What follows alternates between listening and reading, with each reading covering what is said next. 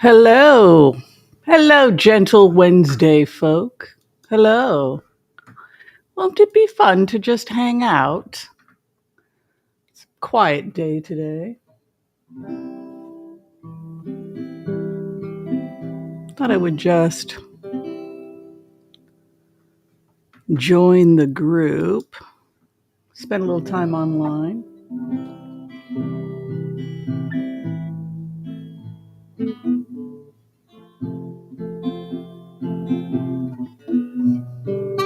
You guys know this song? Um,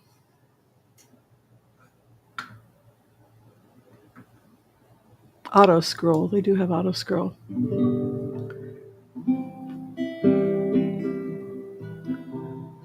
Giving me a million reasons to let you go. Giving me a million reasons to quit the show. Giving me a million reasons, give me a million reasons, me a million reasons, give me a million reasons. If I had a highway, I would run for the hills. If I could find a dry way, I would be forever still. But you give me a million reasons, give me a million reasons, give me a million reasons. About a million reasons I bow down to pray, try to make the worst seem better, and Lord, show me the way to cut through all this worn out leather. And I got 100 million reasons walk away, but baby, I just need a good one to stay.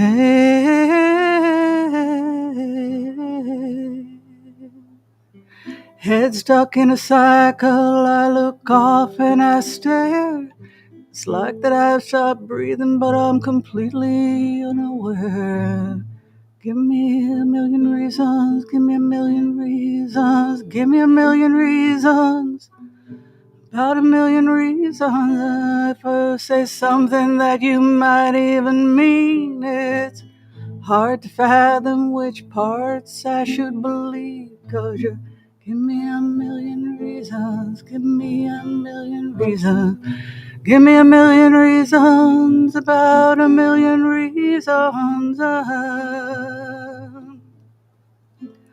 I bow down to pray, trying to make the worst seem better, and Lord, show me the way to cut through all this war-torn leather. And I got 100 million reasons to walk away. Baby, I just need a good one. Tell me that you'll be the good one. Baby, I just need a good one to stay.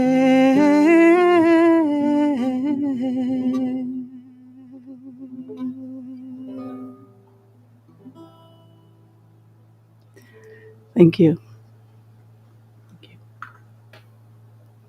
That's Lady Gaga. The amazing Lady Gaga. Thank you.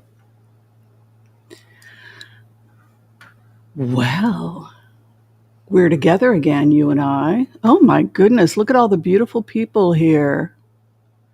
Hi, Rose Blue. DP is here. Rush is here. Oshun Star. Wendy Bird is in the house. Lovely to see you all. Yeah, music is good. Music is good. Music is feeds the soul. And some of you have asked me to stop singing. You can't stand it when I sing. Stop singing, which makes me sad because I always wanted to be a professional folk singer working in coffee shops. And if people don't enjoy my singing, I'm always saddened by them. I was a huge fan of Joan Baez when I was a little girl. Rudy is missing? Oh, you mean Rudy Giuliani? Well, I worry about everybody's mental health. I worry about Rudy's mental health very much so because we've done remote views on Rudy Giuliani, and his is a lesson in what can happen with a steady decline of someone's health due to drug and alcohol addiction, sex addiction, gambling. He collapsed. He was a slow. I love Tracy Chapman. If you want to get a semi butchered version of Tracy Chapman, I can perform Tracy Chapman for you. Um, and I'm happy to do that, but it's kind of makes me vulnerable if people keep yelling at me if the guitar is not perfect, or I'm not professional. I'm semi-professional. I am going to go into recording in probably within a year, but I'm semi-professional. So little mistakes happen, and I hope people understand that. So you got a fast car. What key is that in? You guys have been requesting fast car a lot. Whoa, that looks kind of complicated. Let's see here. How would the simplify? Oh, there's an interesting way of doing it on capo, on the fourth capo.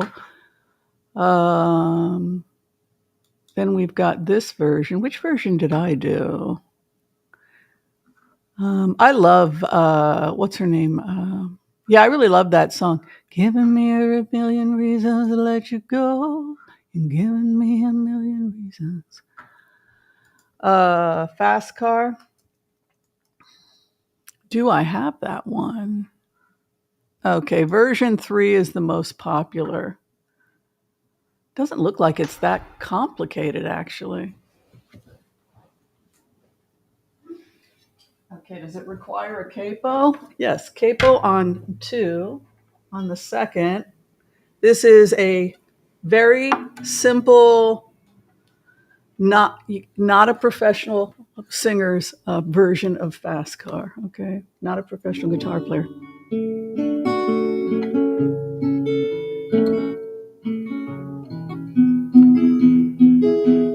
Let's see if we can do it. It's a request. Oops.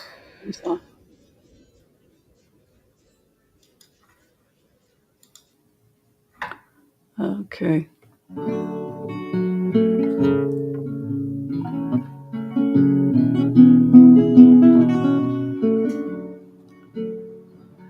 You got a fast car. I want a ticket to get us out of here. Maybe we can make a deal. Maybe together we can get somewhere. Any place is better. Starting from zero, got nothing to lose. You and me will make something. Me, myself, I got nothing to prove. Why do I feel like this key is off?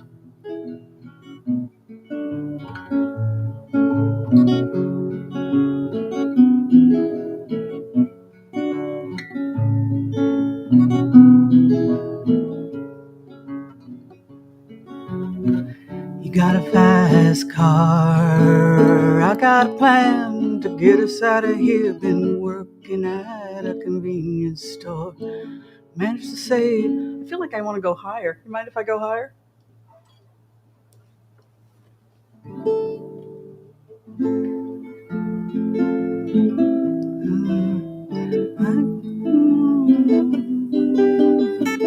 Getting on a convenience store. Yeah. It's weird because she's a tenor.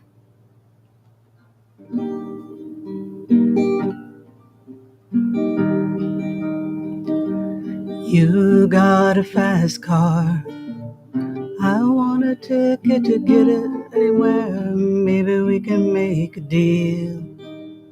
Maybe together we could get somewhere. Any place is better. Starting from zero, got nothing to lose. Maybe we make something. Me, myself, I got nothing to prove.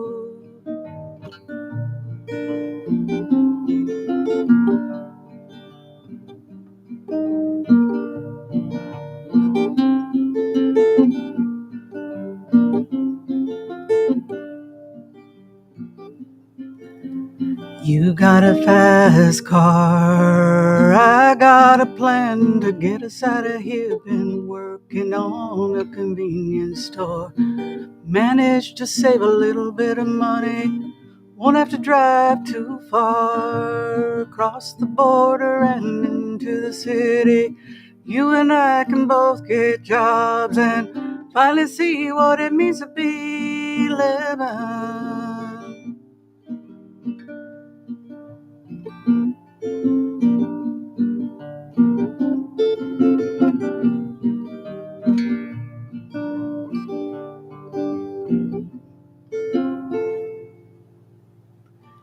You, my old man, he's got a problem, lives with the bottle.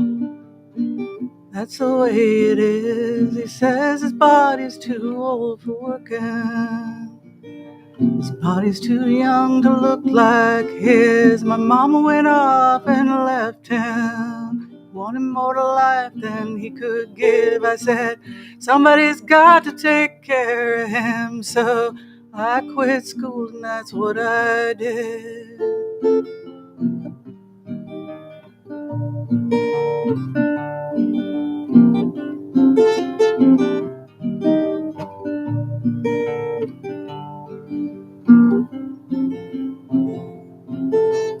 You got a fast car, but it's fast enough we can fly away. We gotta make a decision.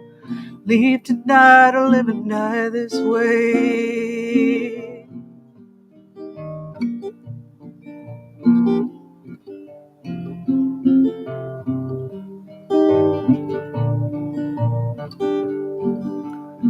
So I remember we were driving in your car.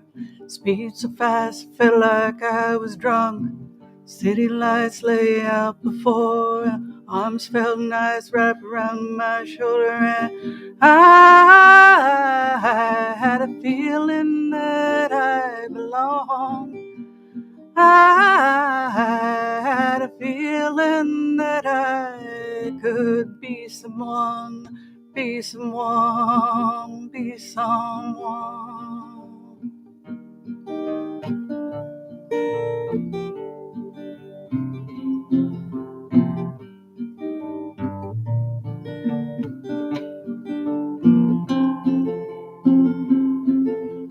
You got a fast car.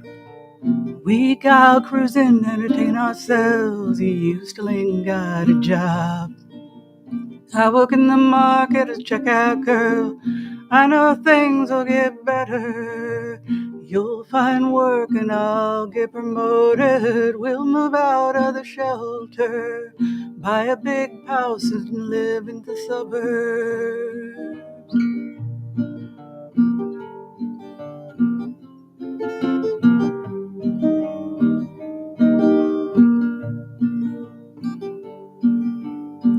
I remember when we were driving in your car.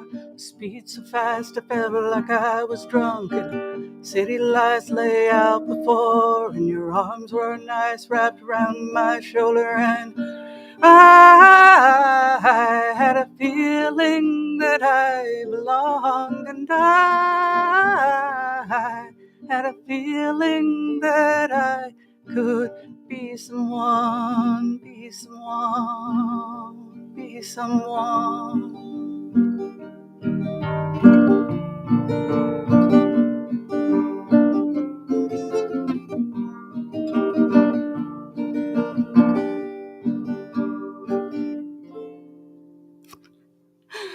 It's the first time I ever sung that, so thank you for tolerating it. Oh my gosh. We suck and we know it. We suck and we know it. We're just old people who never could make it because we suck. And we're okay with that. Yeah. Here's one I've been practicing that I'm starting to get. I know you guys love this song and you've requested it a lot.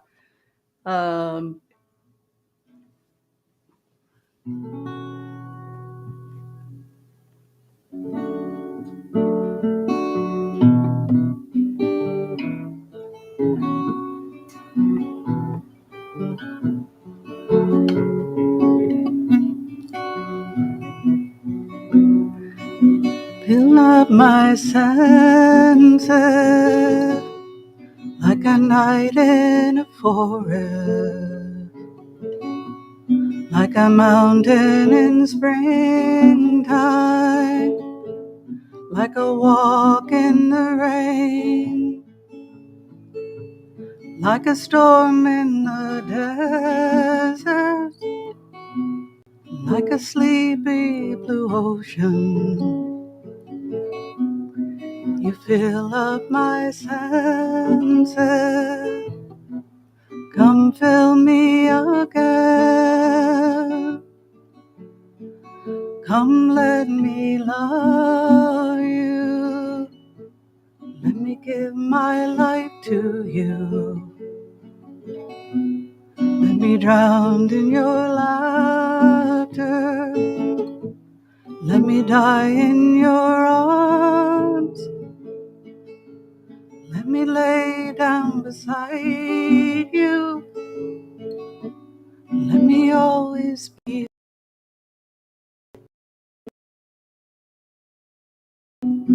Come love you.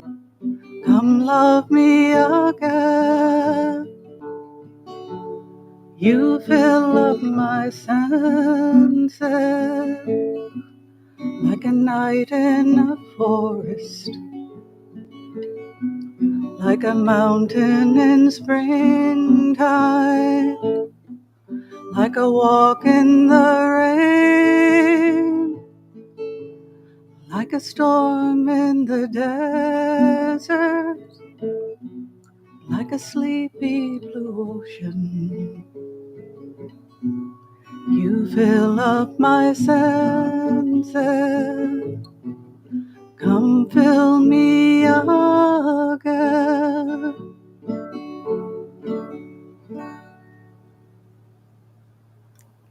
Thank you. That one I rehearsed for you. Oh. Do you like that one? Yeah, that was the one that you guys requested a few times.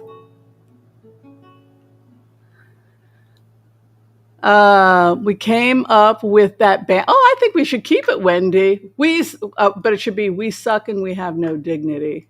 But the problem is if we keep practicing, we're going to become really good, and then it will be no longer relevant, right? Because then we'll be actually good.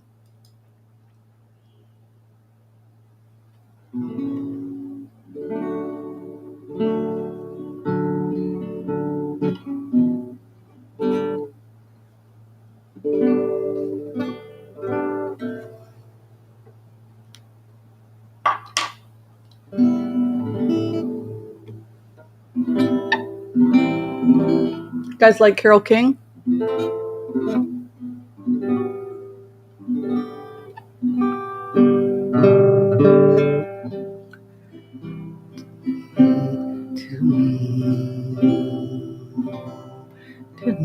Tonight you're mine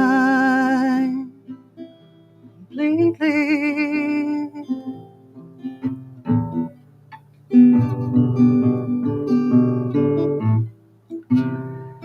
You give your love so sweetly.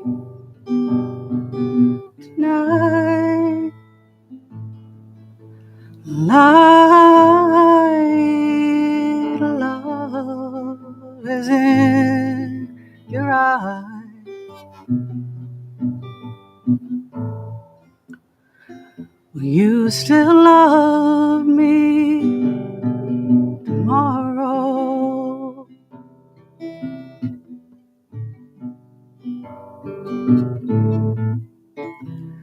Is this a lasting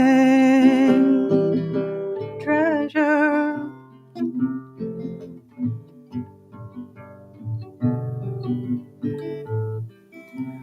Or just a moment's pleasure? Could I believe the magic in your sight? You still love me tomorrow?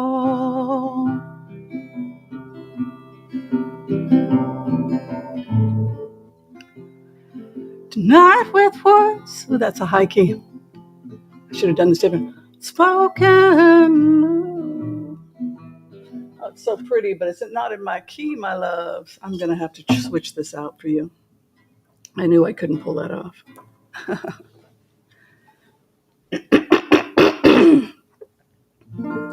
Tonight with words unspoken,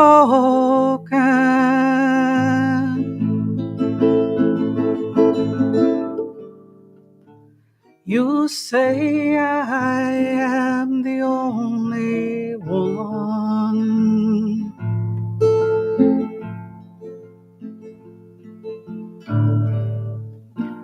But will my heart be broken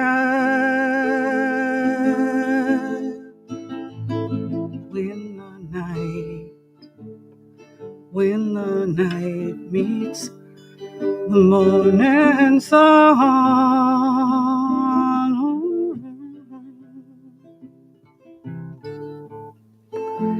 I'd like to know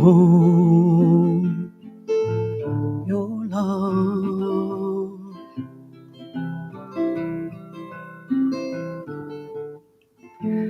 Is the love I can be sure of, so tell me now, and I won't ask again. Will you still love me tomorrow?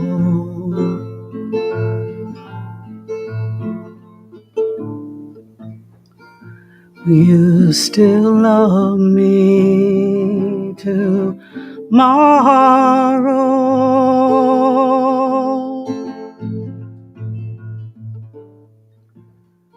Will you still love me tomorrow?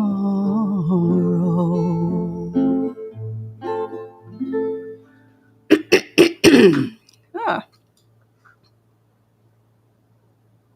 Oh, you sang the Country Roads? Country Roads. Got a frog in my throat.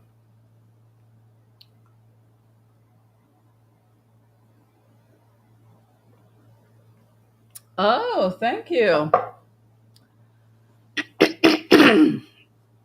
Diamond in the Rough. Still working on it. Oh my God, got a huge frog in my throat. You gave it the good old college try? Well, let's see. Have I dripped? 64 people are willing to tolerate me right now, so that's not too bad.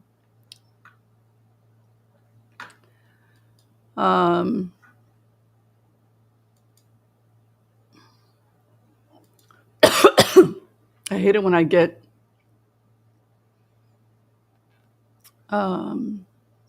problems with my cough like this. Oh, I hate it.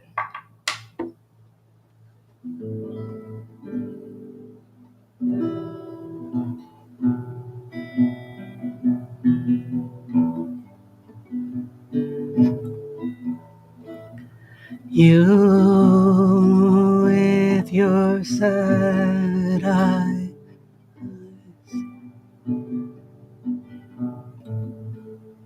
Don't be.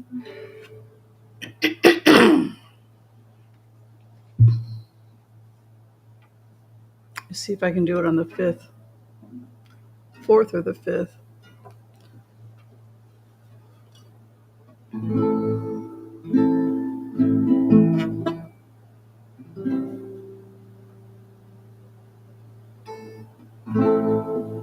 You. Let's see if we can do this.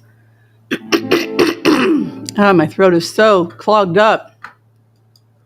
All right, I think I'm going to take a break. There are people who live, and we've all done it. We've all been the bee in someone's bonnet, haven't we? We've all been the person that wants to beat somebody else down, beat their spirit, criticize them, attack them, particularly when we're feeling unloved and ignored. We've all been that person, and we have to work against being a cynic, beating down other people's dreams, and doing it to other people, right? All right. Well, I'm going to go grab some water, and then we can blitz away. Hold on.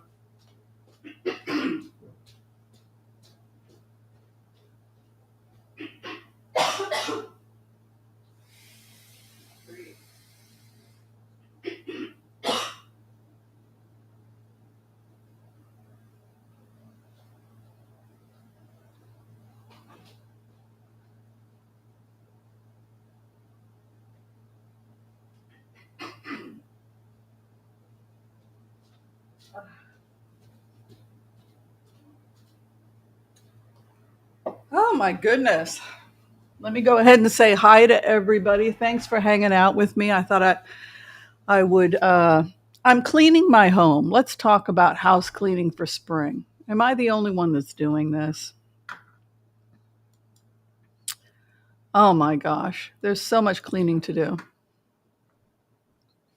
My thing is, have you guys heard of Swedish death cleaning where, the first thing, I've got the Whimsy way of cleaning. Do you guys want to hear about the Oracle of Whimsy's way of cleaning? Okay, so here it is. Find which rooms you use the most and clean those first. So that's usually your bedroom. And then there's usually a line from the bedroom to the bathroom and from the bathroom to the kitchen, right? So let's be honest. These are the 3 rooms we use the most, and these are the 3 that we need the most help with.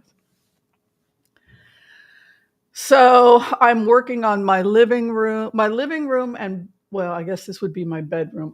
My bedroom, it's extended because I also have an office space in my bedroom. But so I started Zen cleaning, minimalism, where you remove everything that doesn't bring you joy.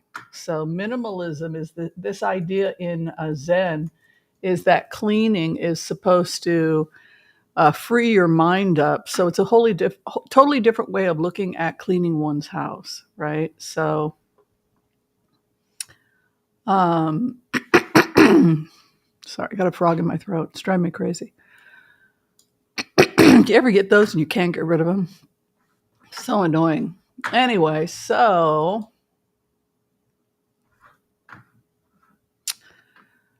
that's what's going on here. It's on my tonsil. I've got something on my tonsil, mucus on my tonsil. It's driving me crazy.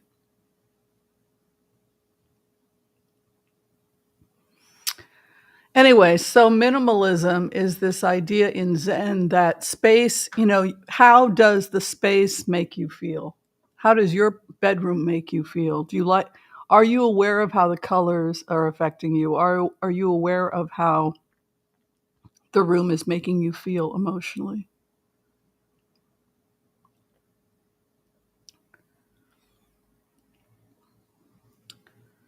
So colors that I like are dusty rose and emerald green.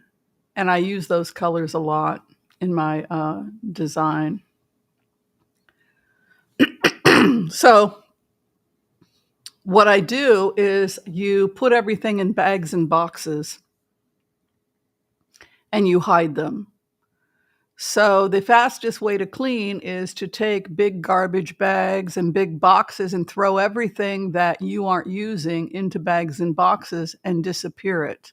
And now your bedroom is minimalistic. You've removed anything you're not using. Just get rid of it. The fastest way to clean is to just put it in a box and disappear it. Get some boxes, throw everything in a box and disappear it. Just disappear it. And you can put a label, bedroom, bathroom, whatever, disappear it. And then when you've got time, and then you keep the minimal space as clean as possible. And then when you have time, you conquer one box at a time. Take out anything you want, and it can be in storage, pile, to be used later, taken out to be put in another room in the house, or C, to be donated. That's the fastest way to clean. Get rid of anything you're not using, go into the bathroom, put it all in a box. Or put it in a drawer in the bathroom labeled get to it later. Because you want to be happy as fast as possible. And if the space is not making you happy because of clutter, then you have to view clutter as an emergency situation. I've got to get rid of this clutter because it's just making me too damn depressed. What's going on here? Oh, I don't know. Yeah, that works.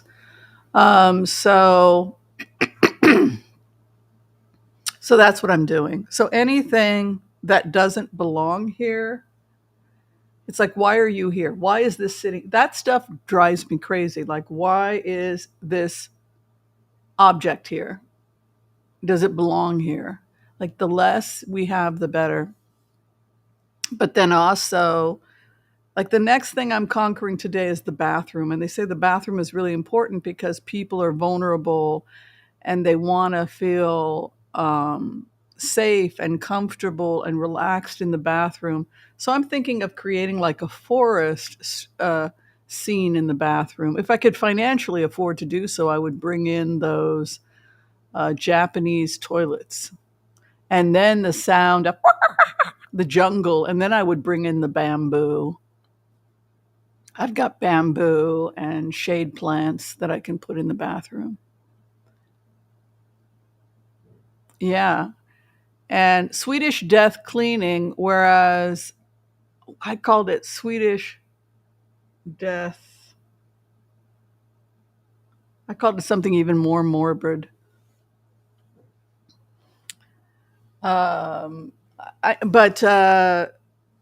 the Swedish death squad or something. But I think that also if you're somebody that plans to be nomadic, which I think is important to be, the time when we are not nomadic is when we get married and have a family and then we raise our kids. And so we're stationary, but then we get to be nomadic and free again.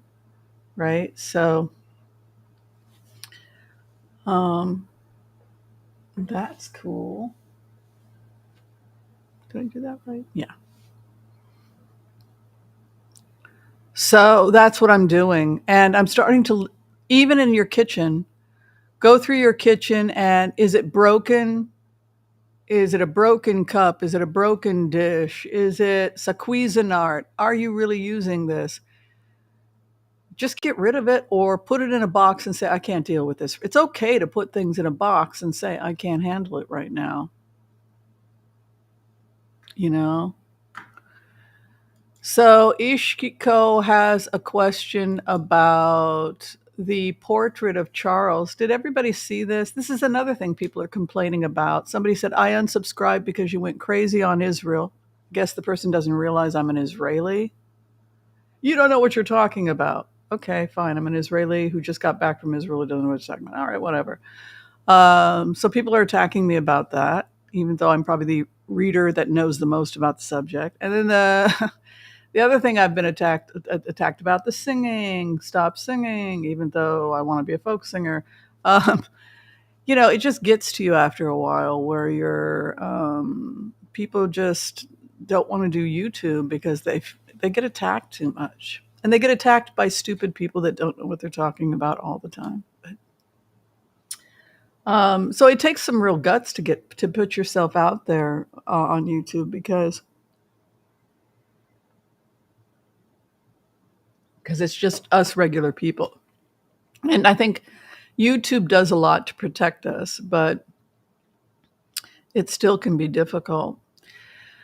So the other thing that people complained about was that I was covering the royals too much. I think the royals are absolutely fascinating. I think it's an absolutely fascinating phenomenon and the reasons why we are fixated on a family that has this much political power. I think the fact that in 2024 there still is a House of Lords, there still is this relationship between this idea that to be a patriotic Brit is to support the crown, and the crown supports conservative policies that help the wealthy. So it's kind of like the ultimate gaslight.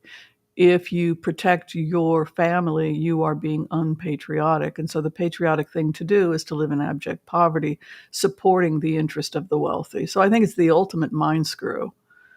I do. I just think it's the other thing that I think is fascinating about the royal family is that whatever the king says is true is true.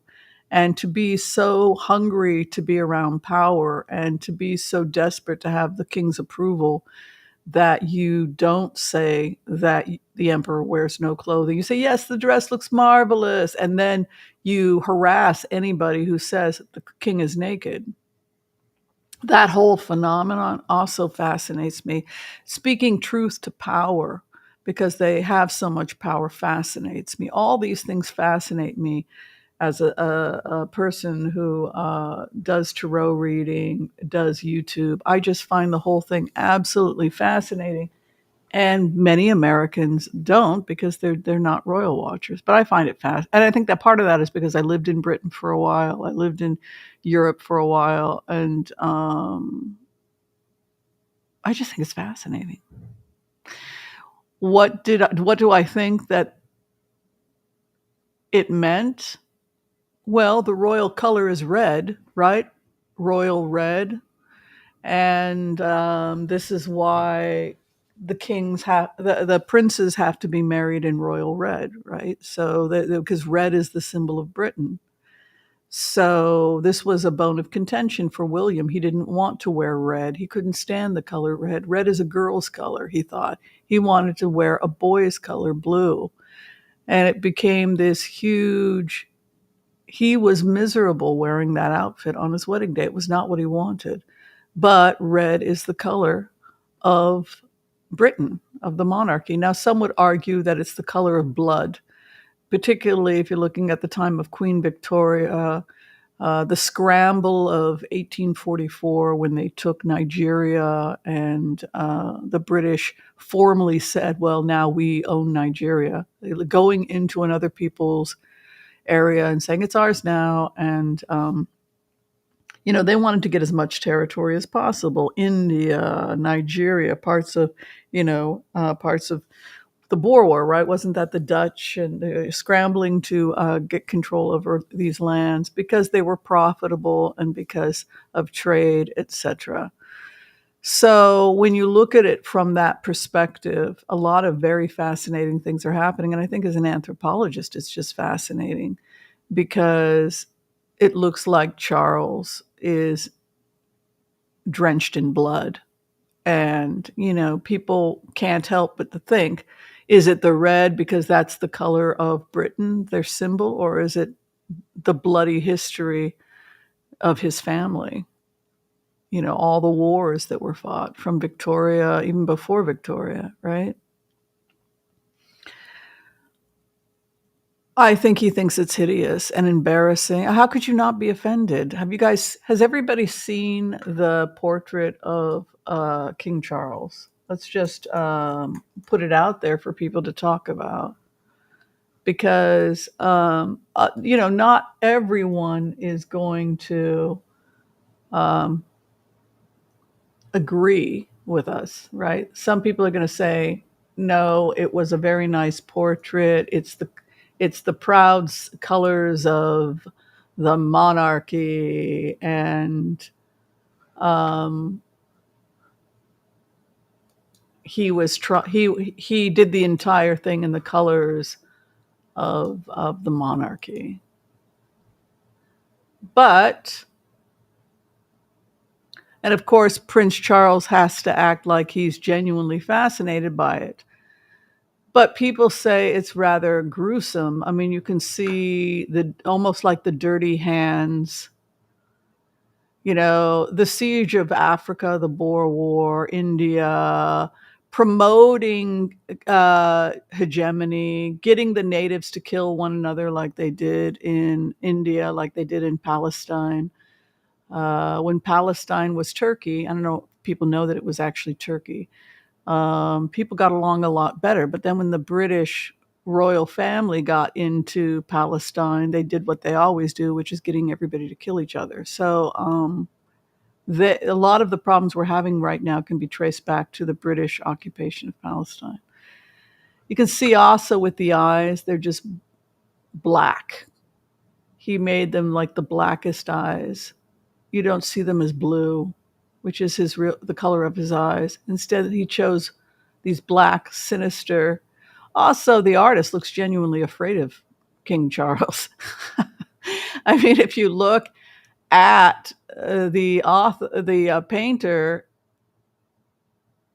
it's this sinister ghoul rising up from a bloody battle with dirt on his hands, smiling because everybody's in chaos, everybody's being butchered and murdered.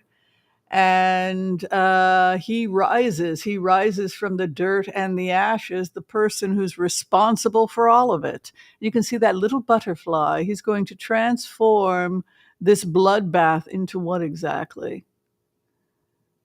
It's just the battle. It is that continuous battle of anger and hatred and violence that is Palestine and India, or everywhere that this ugly, bloody, evil family sticks its grimy little dirty fingers. And you can see those lovely, grimy little dirty fingers over the saber he's holding. Isn't that nice? Anybody disagree with my interpretation?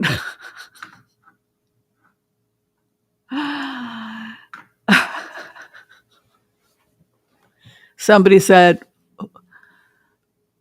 Murado, something Murado. He's completely confused about Palestine, by the way. God help him. He's LGBTQ, and Hamas wants to kill you.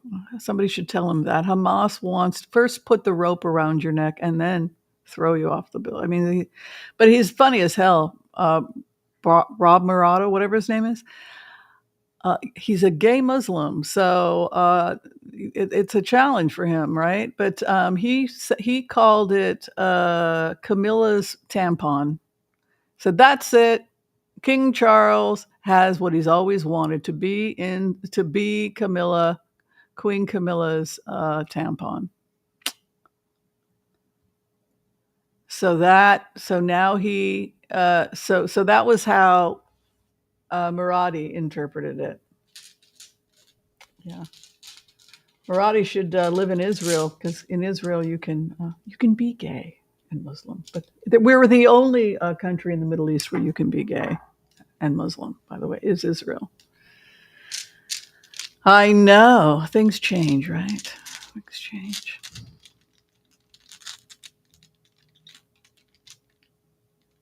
Well, I wish I could sing a song. I got to practice the keys before I go online. But sometimes you guys ask me to play songs that I'm not ready for. Oh, look, I got these. So I thought it would be fun in the future for us to pull some. I don't know how to do this, but I want to learn how to do the runes. The runes. Yeah, I want to learn how to do the runes. Yeah. Maybe I'll work on that, and we'll play with them a little bit this week. All right, let's go ahead and do the empath prayer. If nobody wants to get together for class tonight, maybe we'll do something else. We'll do, I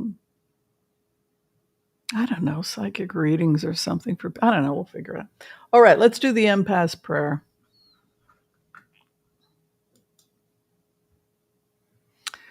Well, now since this is like unplanned and we're just going with we're just hanging out, we figured we'll do the empath prayer and then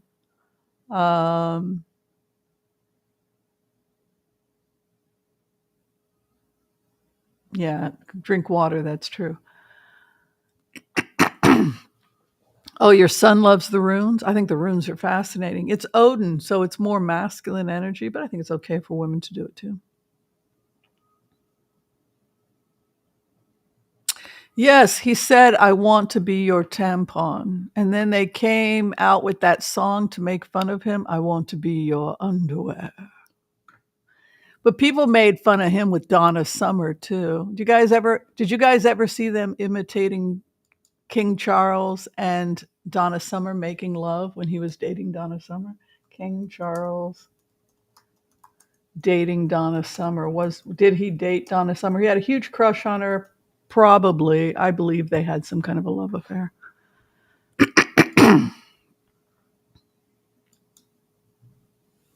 Well, all he could do is stare at her breast when he met her. I mean, it was pretty. People were laughing about it. Oh, my darling. Yes. How does King Charles make love to Donna Summer? Oh, my darling, I want some hot stuff, baby. I want some hot stuff tonight. Yeah, he got so much crap for that. Hot stuff, baby. Darling, give me some of your give me your love, give me your hot stuff, baby. Well, that's the thing. He could never admit to who he was dating. Can you imagine living in a gilded cage like that? Oh, the picture of him with her where she's like, "Hi, I'm Donna Summer," after the concert, and all he did was stare at her breast, and his eyes were like this, like that, and she was like, "Hi, he's like, so everybody, he was only in his lab. He was young. He was a kid. He was only in his 20s or 30s when he got to meet. He went a little crazy over Donna Summer. I want some hot stuff, baby, tonight. I want some hot stuff. Give me some of your hot stuff. The British comedian, I can't remember what his name is, he performed as Prince Charles for the Grammys the year that she won. He walked out on stage the year Donna Summers won. I think she won like 5 Grammys, including Best Song or something. And as Prince Charles, he recited, I want some hot stuff, baby. And the audience went insane. I mean, at the Grammys. He was ribbed a lot about that. He was picked on a lot about that. Yeah, he wasn't allowed to date. He wasn't allowed to date who he wanted. He wasn't allowed to marry who he wanted. Everything is decided by the queen. So it never would have happened. If it did happen, nobody knew about it. I mean, no wonder they're jealous of Harry because Harry got to marry who he liked. He's like, I like her. She's which is also how Diana was. And I think that they just didn't come from that world. It's like, no, we tell you who you marry. We tell you, marry a blonde, or somebody that's, well, Kate was a brunette. I think she was like the first brunette in years, right?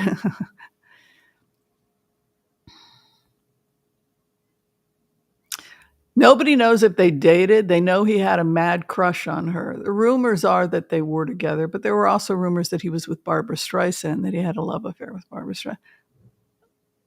They're like known crushes that he had, but whether he did anything about them, who knows? Yeah. All right, let's do the empath prayer. Okay. I want to call on white light protection for myself and this community. as we ask permission from Spirit to access the Akashic records. We call on our spirit guides and our good angels to be with us. Please give us the clarity and the wisdom that is needed to empower all of us on our journeys to make the best decisions for ourselves, our families, the planet, the people we love, but also to help those that we may have strife with. And together, collectively, we say, Amen. All right, let's take a look and see the questions as they're coming in. Wendy says we got to talk to her son about runes. All right. Yeah, absolutely. Runes are fascinating. I need to learn more about it. Burning in Dante's Inferno, King Charles. Some people heard about his love affair with Donna Summers. Other people hadn't. Yes. Oh, Wendy's witch is son is a solitary witch since he was 10 years old. That's great.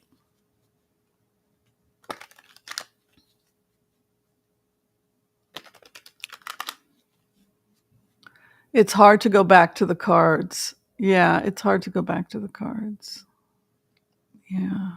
Well, let's see what Prince Charles thought of his. What was the question?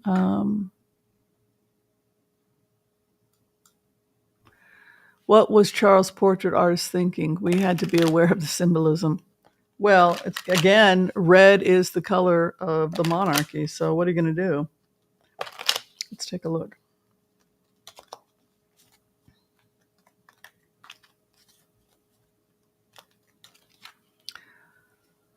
Okay. The monarchy is cursed and finished, and I don't know what happened. I don't know what happened to the monarchy. But according to the cards, the monarchy is bankrupted.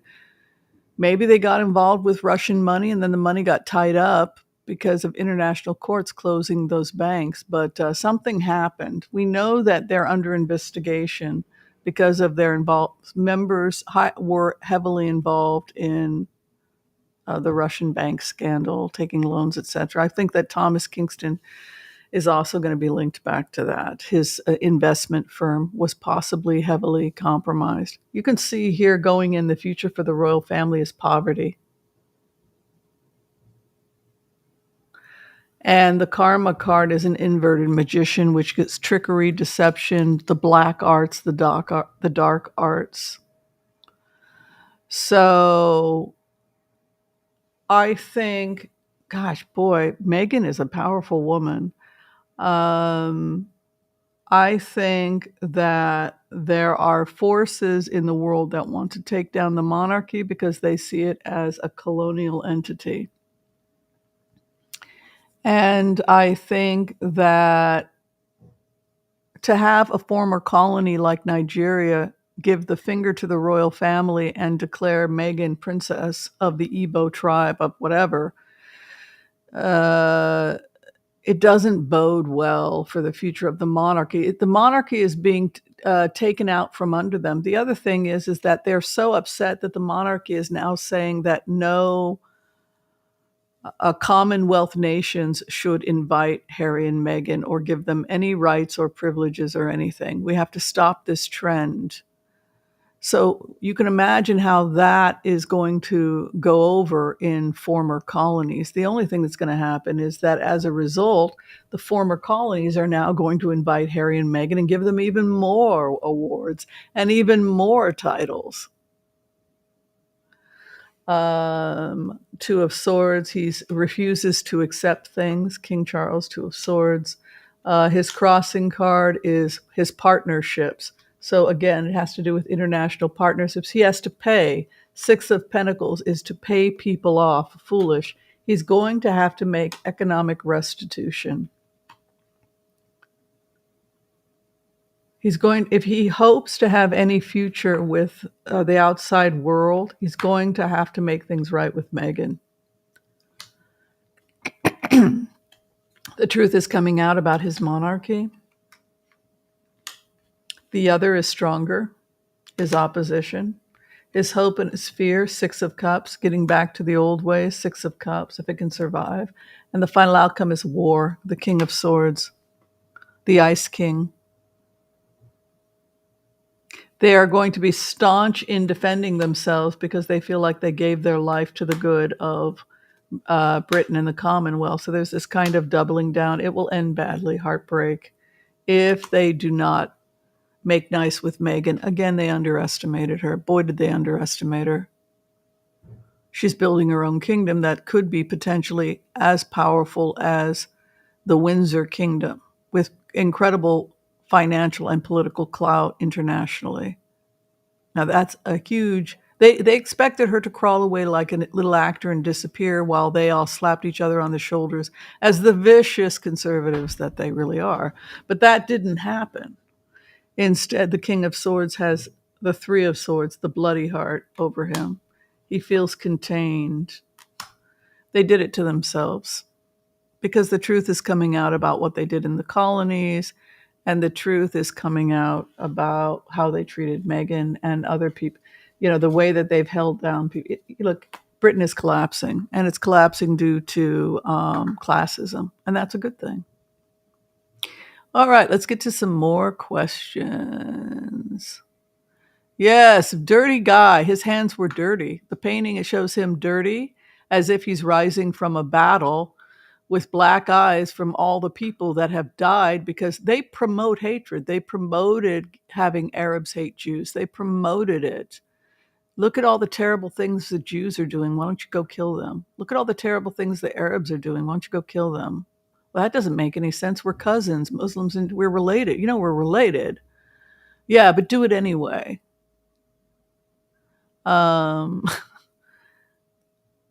so yeah, that's so how hegemony was accomplished was they got the tribes to kill each other, and so they came in as the law and order. They were going to come in, the Brits, to law and order for the problem that they created. They took long-standing. If there was tension between tribes, they fed the tension. Okay, so never too late to dream. There is a movement in Crimea. Will Ukraine advance? Yes, I think D-Day is June 21st. Did I say June 21st or June 17th? I think it's around June 17th they were planning. Is it June 17th? I have to go back as I wrote it in my calendar. So they're planning, what they planned on doing was rope-a-dope, which was to make Putin think that they were going to have a ceasefire. What happened was he kept using up, it was his meat grinder. He was losing 1,000 troops a day. And now it's over 90-something%. So by the time that D-Day is declared, when they go into Crimea, he'll have nothing left. It was necessary. There was no choice. They had to do it because we're 30 seconds to midnight. This guy has nuclear weapons, and so NATO had no choice. They had to dismantle him, and they had to dismantle his nuclear weapons capacity, and that's basically what's happening.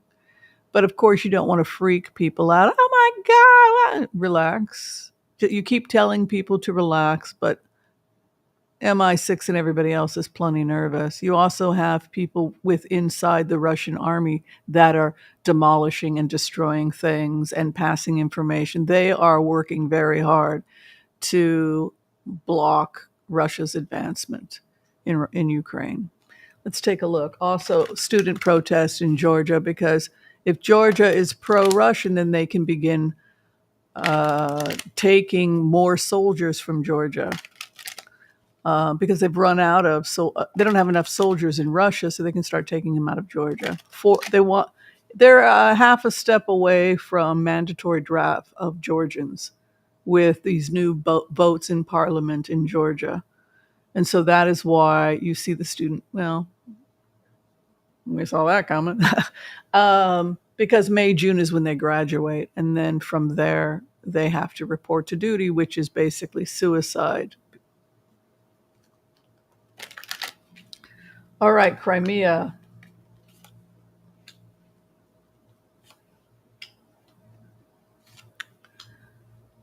Russia is bankrupted. If they leave, they'll take anything that's bolted down. A sense of entitlement to theft, a sense of entitlement to take anything and everything. It's like as they're running out the door, leaving Russia, they're stealing anything and everything. Just as they ravaged the churches and told themselves, well, we have a right to go in and take everything from the Ukrainian churches because this stuff was given to the Ukrainian churches by the Russian church. So there's this feeling of confiscating it and giving. Where did it go? It was delivered to uh, St. Petersburg. So what does St. Petersburg do with all this paraphernalia that was stolen from Ukrainian churches? They're going to have to label it and return it. You can see the king, the emperor, which is Zelensky, and then the business, King of Pentacles, the opposition, hoarding of money, hoarding of resources. So it could be that they're hiding some of their weapons. They have additional weapons coming in. The continuation of the war, poverty, and a heavy load. I think the solution is that they're going to be taking money from Russian banks, and then the Russian banks will basically be paying for the rebuild. But I anticipate, yeah, by mid to late June, we will probably be seeing very aggressive hits on Crimea. And given how the poor state of the military, it's unlikely they'll be able to handle a full on assault.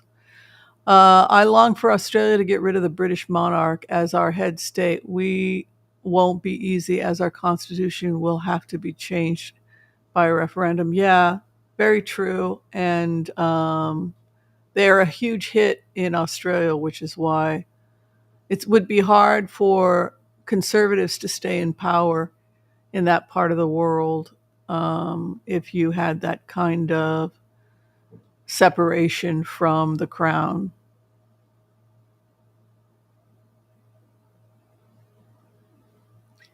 Yeah, they did it to themselves, says Kelly. Hi, Rose Blue. Start selling castles. Well, it's like the woman who married the Lord. They didn't have any money for the upkeep. And so he married an American who was a yoga person, and she worked really hard to try and save the estate. But it was a money pit. And I think the fact that it was a money pit cost them their marriage. And now they got a divorce, right? So either they're getting a divorce or they got a divorce. The chateau where they did the yoga. She did everything she could to try and save her partner's money pit castle. But, you just have these bankrupted aristocrats with all this property. I mean, what they should do is just rent out rooms. Humble yourself, child. You never were supposed to have that much space in the first place. Charles doesn't even know how to properly care for himself. He cannot care for himself. He doesn't know how to brush his own hair. I mean, he's completely inept, and he's disabled. It's really very sad. He can't do anything. Yeah, Crimea. I think that they're going to take Crimea, and I don't think there's a lot that anybody can do about it if they take Crimea.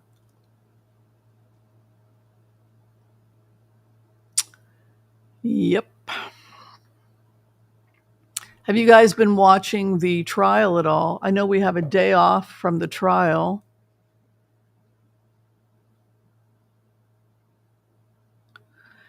Well, Jazzy Girl says that they have a monarchy. I think that the amount of influence the monarch, I don't think that there should be a monarchy. I mean, I think it's such a bizarre thing. It's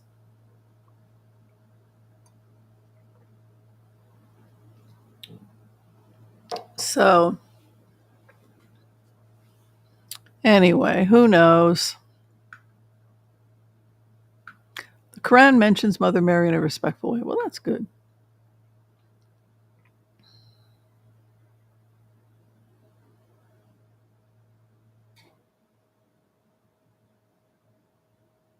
Megan's not working alone. I could have told them, but no one talked to. They told me to send a card. She has the money of UK Blackpool Entertainment. I don't know what you're talking about. Who bought who owns NBC and SeaWorld? Oh, she's getting backing from that? Good. She needs backing because when you're up against people like that,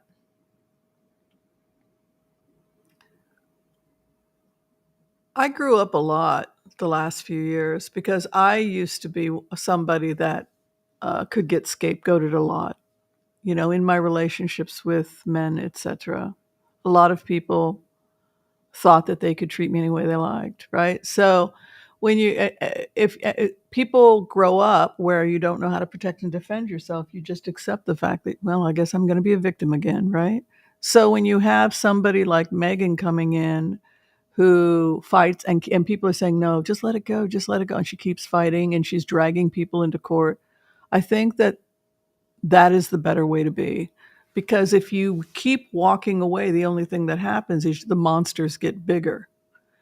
The only way we're going to stop the monsters from being bigger is you have to take them into court. You have to hold. It's a lot of work. And most of us would just rather go escape to a mountaintop somewhere and have a little patch of garden and hope that they don't take that, right?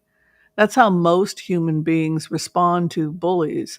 Most of us don't fight back and run towards the fight.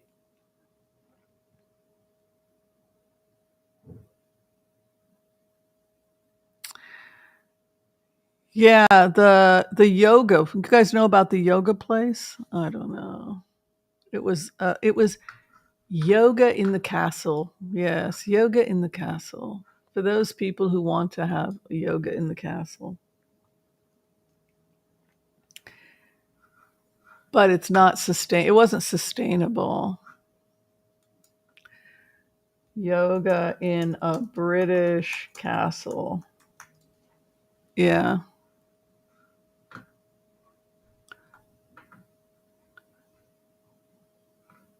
American Viscountess.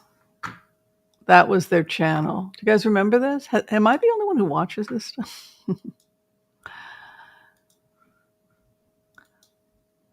um, she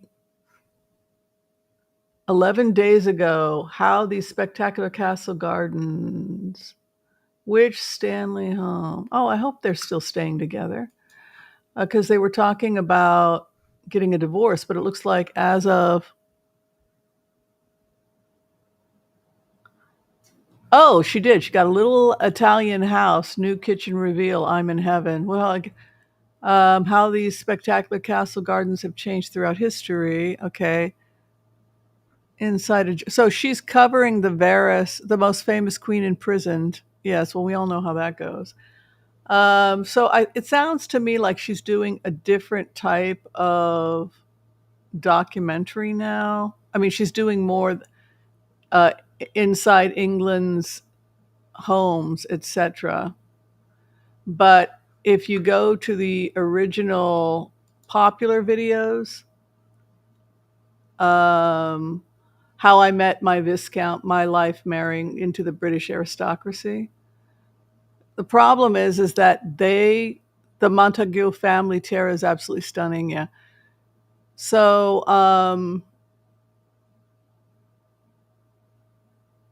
yeah. So she married in and she tried to help, but the loss of our ancient 900-year-old castle. Yeah, I don't think they could keep it. It just was too much money. The renovations alone, you can see here's the family renovations that she had to put in. Look at that. It's stunning. I think it could be a great senior home or home for people who are physically or mentally challenged. That's what they could have done. And if they had done that, I don't know maybe legally there are uh, prohibitions in Britain to allow it to become a council house, but I think it would have made a great council house. for seniors or disabled persons. It's too much space for one person, which is why it's gone now. And that's okay. I felt bad that she got stuck with the bill because she married in with these old broke aristocrats, and then she was supposed to come and save it. And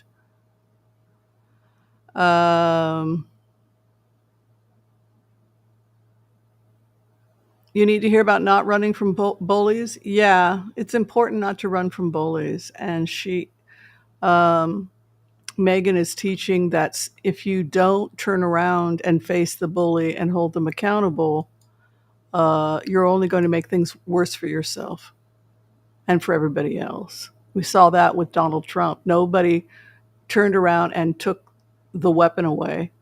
The little boy who's swinging a knife or whatever, and who's out of control. And Megan is the person who's been able to do that to William. And it's the first time that anybody has held William accountable, and I think it's very difficult for him. All right, the Slavic prime minister had an assassination attempt. I don't know how he's doing right now. We hope he's doing okay. Evidently, he's in very serious condition. So let's see how he's doing. And thank you, everybody who has liked the stream and subscribed and become a member. It does help, and I'm very grateful. I'm very, very grateful. Slavic Prime Minister.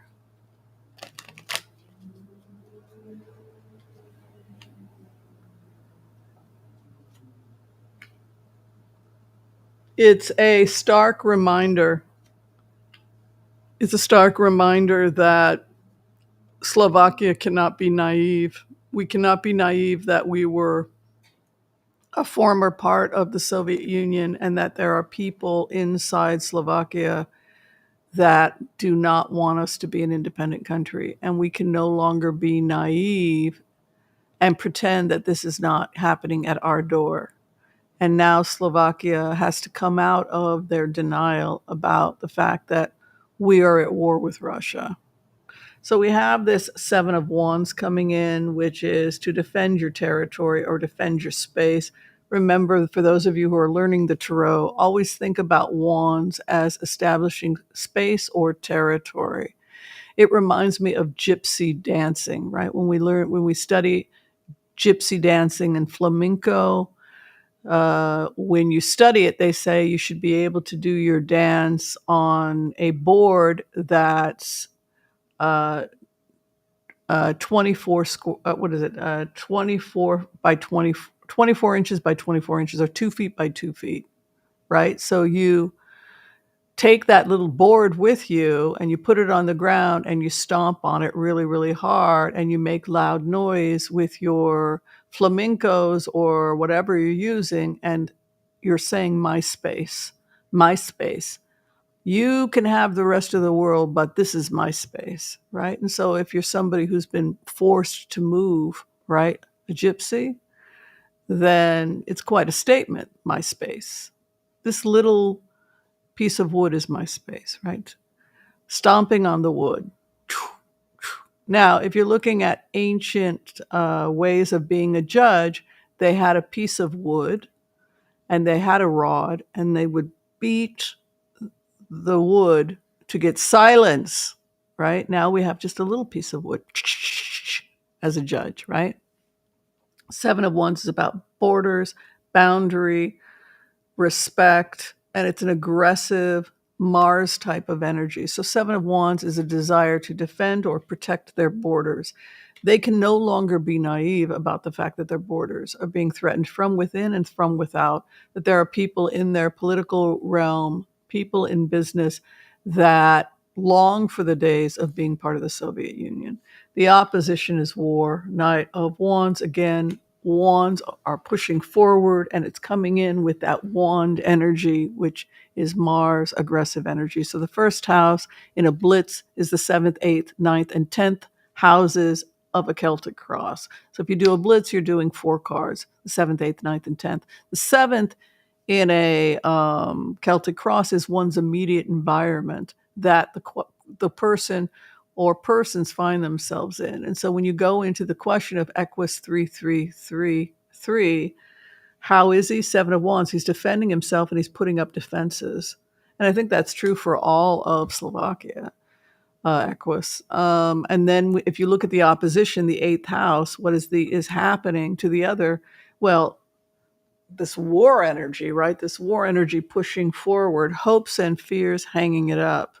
So if this guy dies, are we looking at World War III? Remember the assassinations that happens that brings us into World War I, right? People getting killed, this person getting killed, that person getting killed, and the next thing you know, we're in World War I. People are very nervous in Slovakia of what could happen if this individual dies. The hopes and fears, hanged man, and then the final outcome, the wheel of fortune. So severely injured.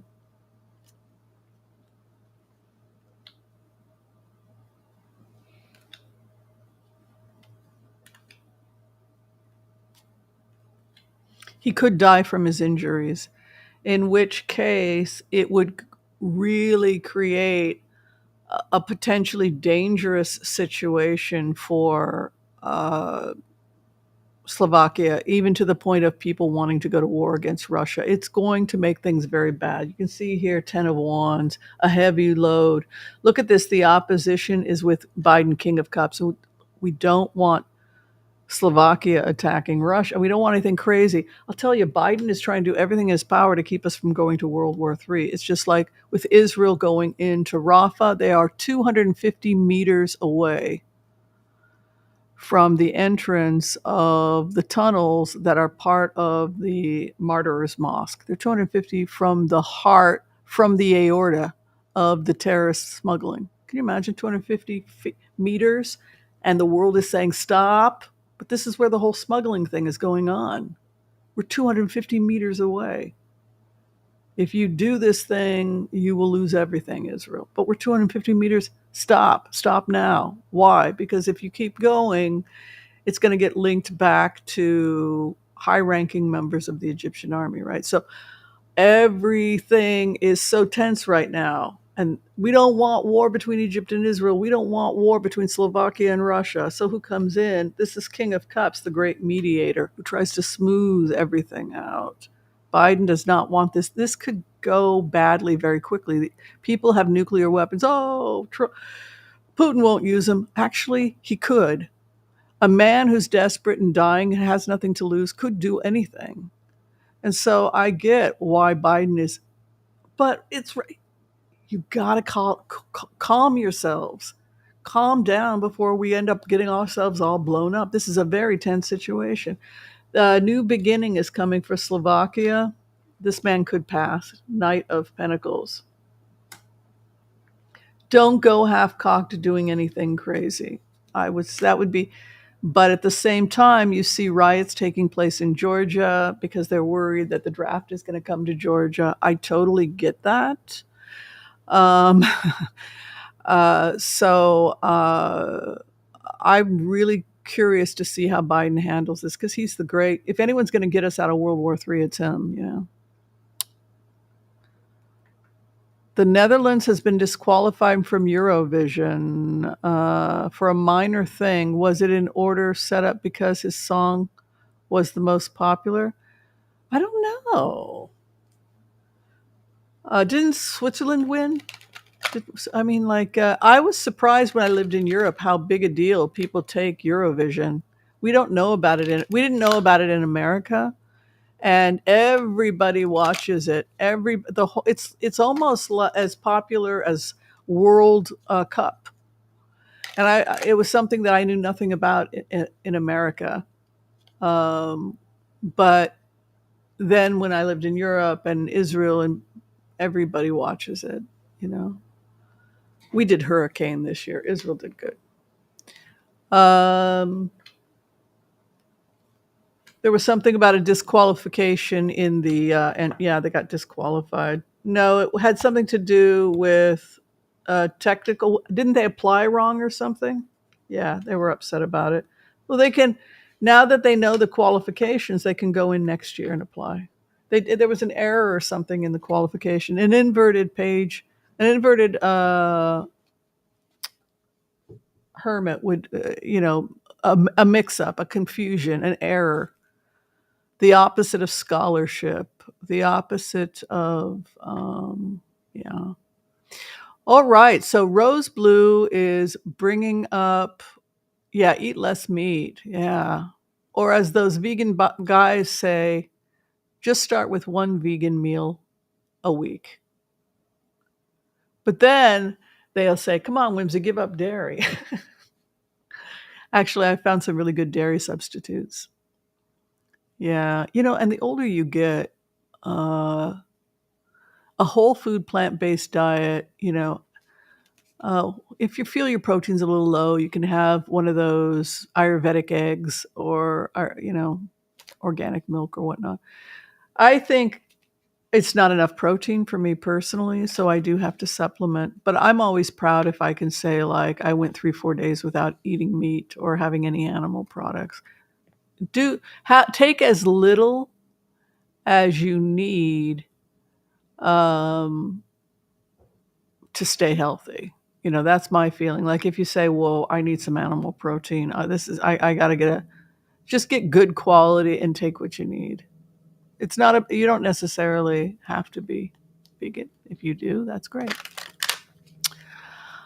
All right, so Trump's trial is not going well for Trump. I personally think it's over for him. I don't think he has the mental and physical wherewithal to be running for anything. He took terrible care of his health.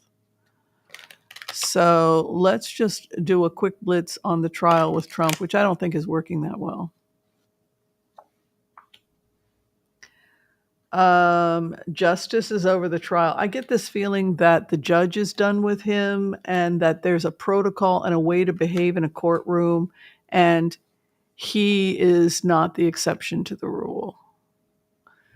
In terms of the jury and the judge and everything that's happening, Trump is under control in that courtroom. You're not going to be the exception to the rule. You're not the one in control of this courtroom. I am the one in control of this courtroom, and you will behave accordingly. And if you continue to act up, the sheriff has been instructed to place you in incarceration. I mean, like, it's this no BS. I think that Trump realizes that he's one of those kids that you can't be nice to, and you really have to take control over a kid like this. It's that kid that you really have to watch. It's the derelict that loves punching other kids in the head when the teacher can't see. He's constantly has to be watched. He's constantly looking for trouble. Queen of Swords is over him. So this is like when you grow up Catholic and you have to sit in the wall of shame with all the Catholic nuns because they're watching your behavior, right? Queen of Swords is no BS. Chariot, you had asked about whether or not they want to be done by Labor Day. What is that, the 28th? I wouldn't be surprised because you've got this chariot energy moving in, which is like, I want to go. I want to move hopes and fears to take the weapons of war away from him. The final outcome is 3 of Swords. I think that I don't think he will be able to recover from his incarceration. Even if by the way, his finances are wiped out. Look at this. They're just all over him because now he can't move. He can't escape. He can't gaslight. He's contained. He's controlled. And they're going over all of his finances. Look at that. He's in so much financial trouble. Confusion. Look at this. Heartbreak and an inverted page of pentacles. Not only is he not going to be the president, he's wiped out financially. There's another investigation going on with Scotland. It goes from bad to worse to awful. It's just so bad for this guy. Yeah. We're just hanging out, Christina. Good to see you. Hi, Pamela. My dog is the only meat eater here. Whole yogurt and fruit, and I'm good. Okay, so What's your main are you able to digest plant proteins? Because I don't think I absorb most of the plant proteins. I'm having my smoothie. This is my infamous Dr. Whimsy's smoothie. And this is protein and greens by the company Paradise. I put 1 scoop in. I put a handful of walnuts, a heaping teaspoon of flax ground. I put in a scoop of collagen and hyaluronic acid.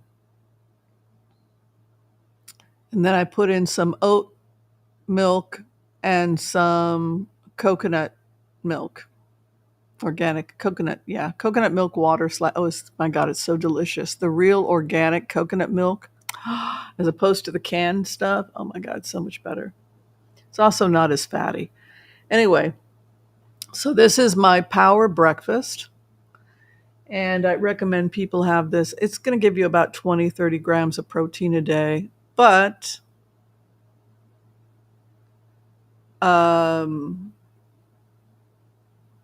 of 20 grams of plant protein, how much is going to be bioavailable? Maybe 12 grams will be bioavailable. So of 20 grams, you might get 60% absorption. Most people are lucky if they get 60% absorption. And as you get older, it could decline even more because of low stomach acid, etc. And so for those reasons, as we age, it's very, very difficult to digest food, right? Our pancreas. Those are all the reasons why it's harder to go vegan as we get older and absorb our proteins. So if 1 smoothie isn't enough, you may do 2. A lot of people just live on smoothies.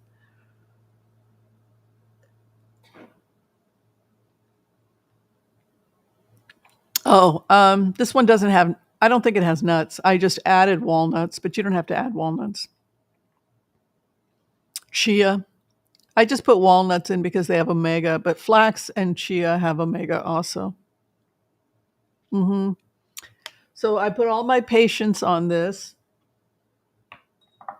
Collagen is good because as we decline, we lose collagen. Hyaluronic acid also helps. It's beauty to keep us beautiful. DHEA is the hormone we usually prescribe.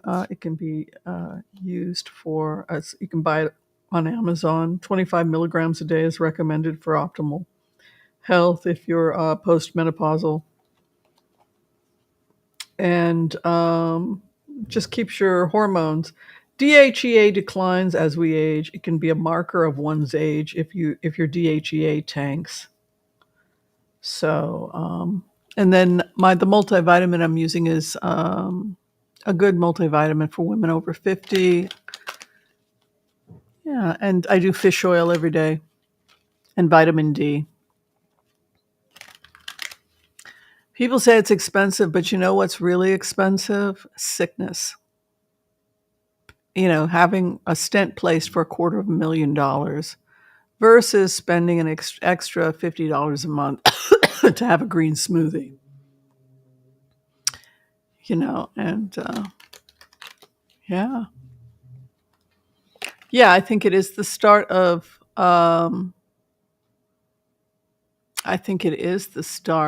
justice because I don't think people are emotional. 90% of what people do is emotional, which is why a lot of people have a problem with me just telling people the truth. I mean, I feel like a lot of people don't want real remote viewing. They get really upset. They're like, no, it's going to be happily ever. It's like they want me to promote a fantasy. I think a lot of readers struggle with that. Like, how can we tell people the truth? People thought that Michael Cohen was a traitor. He's never going to cooperate with the feds. They decided that they wanted to hate Michael Cohen because of what he had done prior. Now everybody loves Michael Cohen because he worked really hard at atoning for what he did, taking responsibility. So Yeah, if you're a remote viewer, tell the truth, but don't. People may not always want to hear it. Like when people went through the "I hate Michael Cohen" phase, people didn't. I lost hundreds of subscribers when I stuck up for Michael Cohen and said that he was going to he was cooperating. Just got to tell people the truth, and just if you're wrong, take the hit. I was wrong. Why was I wrong? Why was I biased? If you really want to be a good remote viewer, you have to just be fearless. And this is what it looked like. And you're insane. Somebody told me you don't have a freaking clue what's going on about something or other. I just have to say, we will see. Sometimes I'm right, sometimes I'm wrong. Most of the time, I'm very right. Not to be conceited, but it's because I believe in HCRV and I believe that it is a science and I believe there's a way to get in. And I believe that one way is through the eyes. I know a lot of you are students and have been students of HCRV. We have graduated over 500 people to HCRV. People feel like they're discouraged because we mask the identity of the target. And so people feel like I can't do this. But a lot of HCRV is done by looking into the eyes of the target. And so if you can't get in by gazing at a picture of that individual, it makes it very, very hard to do HCRV. Also, if you're trying to put yourself in the shoes of another person, it is a good idea to know something about them. But it's fun to go in blind and see how much of their energy you can pick up without knowing anything. But people do get discouraged in HCRV class because they have so many restrictions to accessing information that they find it almost impossible to find an access point. Where's the access point? I don't have eyes to gaze at. I don't have, what's the act? How do I get in? I have no access point. And so that's what HCRV is about. It's about being able to get in when you don't have a traditional access point as a reader, like gazing into someone's eyes or touching a hand when you're giving a reading. There's no, so the access point is your gut. And you're observing with your higher self or your frontal cortex what your physical body is doing, and you're observing the thoughts that are coming into your head, and you're saying, well, how do I really feel as, Bob Dylan? How do I really feel as Bob Dylan? How does this really feel? How do I really, I'm Bobby. How do I feel? When you really put yourself in those situations, really remarkable things can happen. I don't know. I just thought Bob Dylan. I think one time we got him as a, yeah. Is anybody discouraged about class? Because I've had people write me and say, man, am I discouraged? I'm never going to be a remote viewer. And I don't want people to feel that way because I can't do blind targets as accurately as people I know, or situations I know. So I don't want people to feel that way. The last couple of weeks of HCRV, we have only 2 more classes before we close for the quarter, but we're going into summer break. Then what do? We're doing introduction to the psychic tarot, right? You guys are doing your psychic tarot after that? Yeah, you guys like psychic tarot. But yeah, so we'll do 2 more classes, and then we will close class. And then we'll take a couple of breaks for people to go on summer. And then we'll come back and we'll do introduction to the tarot. And then after we complete that, we'll go into fall quarter of remote viewing HCRV. That's the schedule. Yeah, psychic tarot. I love teaching tarot because, we bring it all together. Kabbalah, Chinese medicine, the herbs, all that good stuff. Bring in a little bit of witchery, all that good stuff. All right. Any questions coming in? I believe in HCRV.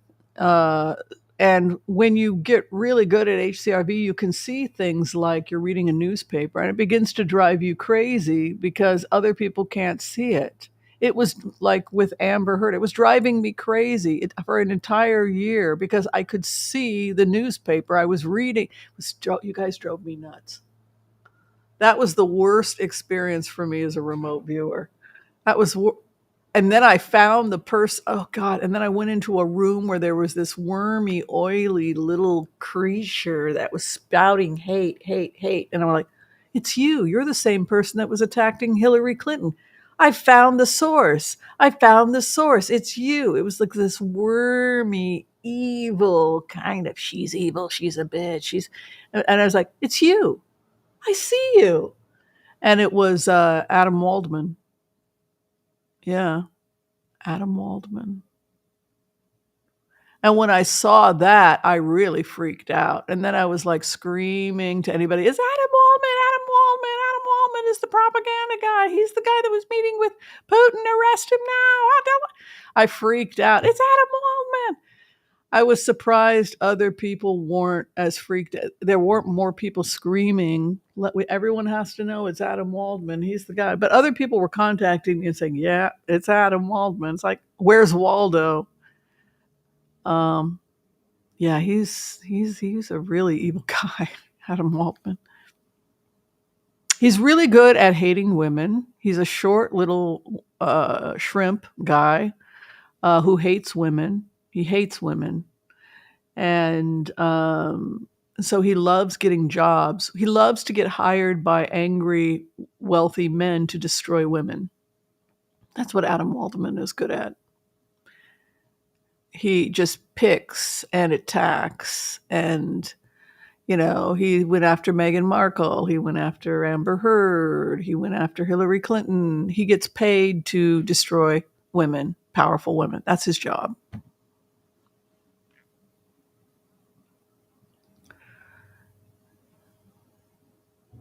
I'm drinking Protein and Greens by the company Paradise.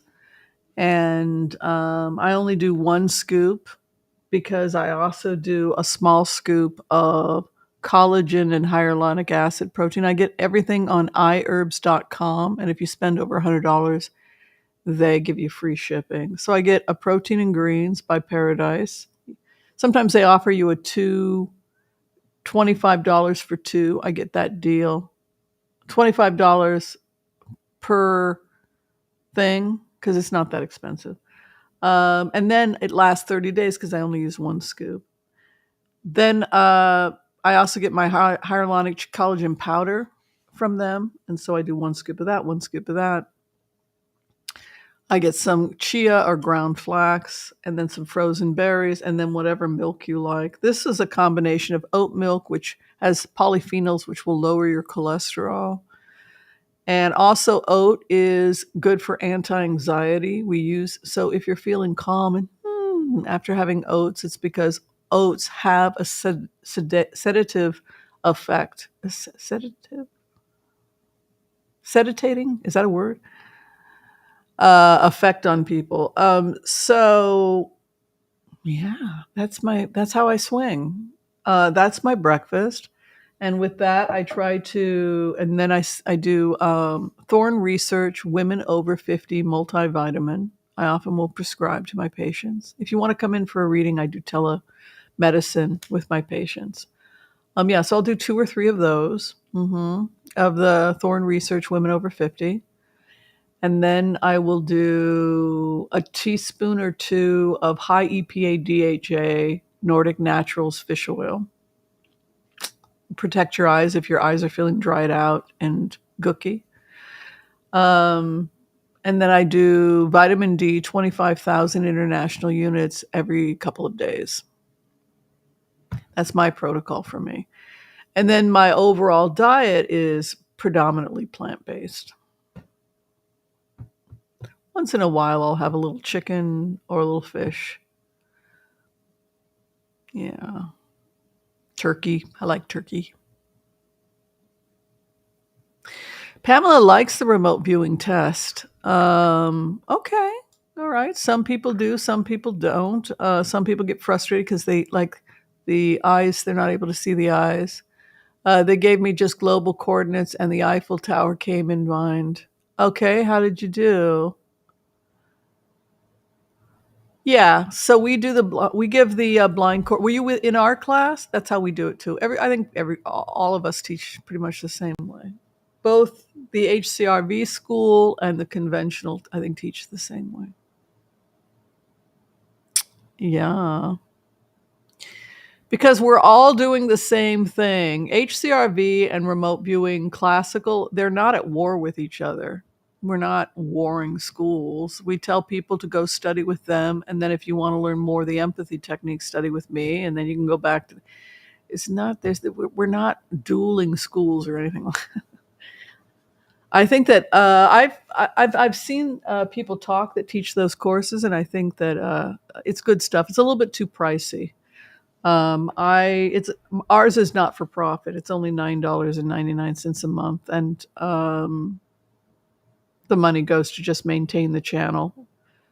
Chuck is a paid employee, and so usually the money goes just to keep Chuck on. So we don't really make a profit from it, but it's really about just empowering people to learn the techniques so that uh, once you realize you can do this, once you realize that you can stand back and look at things objectively, you'll be stunned that you can do it, but then you'll also be horrified. Hi, Jen. Good to see you. I'm not always good about getting back to you, Jen. I apologize. HCRV, I've met people that do HCRV, different forms of HCRV. I started studying Vipassana, which is a form of meditation where you observe sensations in the body. And then I started observing who I was thinking about and how I felt about them during my Vipassana training. And then I also started studying Buddhism and Tantra. And I was also studying Catholic mysticism. The Catholics do it. The Catholics are doing HCRV, Catholic nuns. But they call it abiding with Christ. And then sometimes the Holy Spirit, they're doing remote viewing. Because the human brain is created. No matter who you are, we all have the same brains. It doesn't matter if we speak Swahili or English. And so our brains are wired a particular way that enables us to trance and to enter altered states and connect with the collective. And so people throughout the world discovered this ability. And so it's found all over the world. It's found in Peru. People will sometimes use plant medicine to help them remote view, like ayahuasca, psilocybin in North America, right?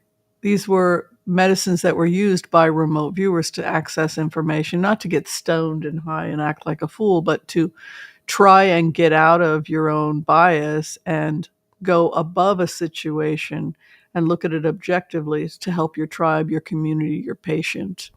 If you look at the writings by Sapolsky, he basically says we are wired to behave and that there's no free choice and that it has to do with conditioning and wiring and that humans' free choice is unbelievably limited, if non-existent.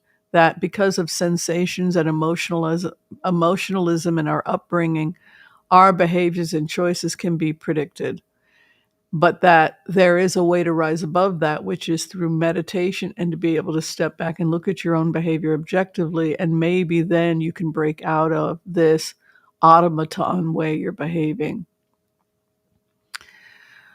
And I think that Sapolsky underestimates just how much free choice we have. I don't totally agree with him, though he makes some compelling arguments that we have limited free choice. Yeah, so I think HCRV expands our free choice. It gives us a moment to see our sensations and how we are reacting to the outside world. Being in a bad mood. If you read books like Camus, um, The Stranger, was that what it called? The Stranger. The guy was hot, People were arguing. He had a headache. The fight escalated. He was staying on the beach. He takes the gun away so that nobody will hurt themselves. He goes for a walk on the beach. He's dehydrated. He's miserable. I think it's taking place in Algeria. And a guy tries to hurt him, and so he shoots the guy with the gun that he's carrying. Completely random act. The guy was hot and miserable. Then he winds up on death row in Algeria in the story of La Stranger. But the point he was Sapolsky, yeah. So the point that he's making is that he winds up in this situation simply because he was uncomfortable in his body and he meets a jerk. Hold on.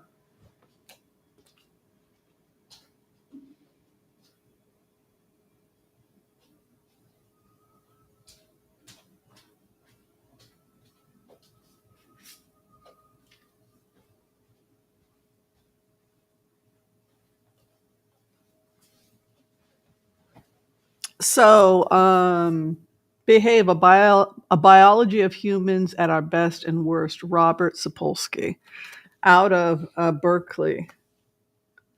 He also defends trans women because they've done autopsies and showing that their brains are more closely aligned with the brains of women than male in certain key areas like the hypothalamus, etc., in gay men and trans men, or gay men and trans women, excuse me. So to call something a hallucination when the brain is showing it's not hallucination, rather than, are we looking at an environmental factor, genetic factors, why is sperm levels dropping, and why are males going extinct? I mean, that is a real scientific conversation that Zapolsky would want to have, rather than let's go around and attack trans women. Why is this phenomenon? Why is the brain changing? Why are we seeing the emergence of more the female brain and less the male brain? Well, exogenous estrogens could be one factor that people have talked about. We're seeing bisexuality in fish, where they're developing both gonads, both male and female characteristics because of the estrogen in the water. So that's certainly one of the things that could be explaining it. And then there's also estrogens that women are given that could also be. So babies are swimming in estrogen, they're drinking amniotic fluid, and they think that that may be why in utero the brains change. So this is a good book if you want to learn about why we behave the way we do. So I just think with HCRV, you have more free choice because you can step back and you can take a minute and you can go in, you can take a few minutes to go into and then try and what's really going on with Jane. And then when you see things from their perspective, you're able to avoid getting into fights with people because you're able to see everybody else's side of things and not just. Now, I'm the opposite when it comes to people I have a problem with, like my ex-husband, for example. It's all out war, right? People will tell me objectively, this is probably not the best way for you to resolve this conflict, Dr. Anderson. Yeah, but I'm in an emotional state when it comes to this situation, right? So my emotionalism is dictating how I respond rather than the fact that, rather than doing what's best for me or what's best for the situation. Iron supplements that don't cause constipation. Yeah, we usually go with the Gaia herbs. You know, Gaia herbs, uh, liquid iron is nice.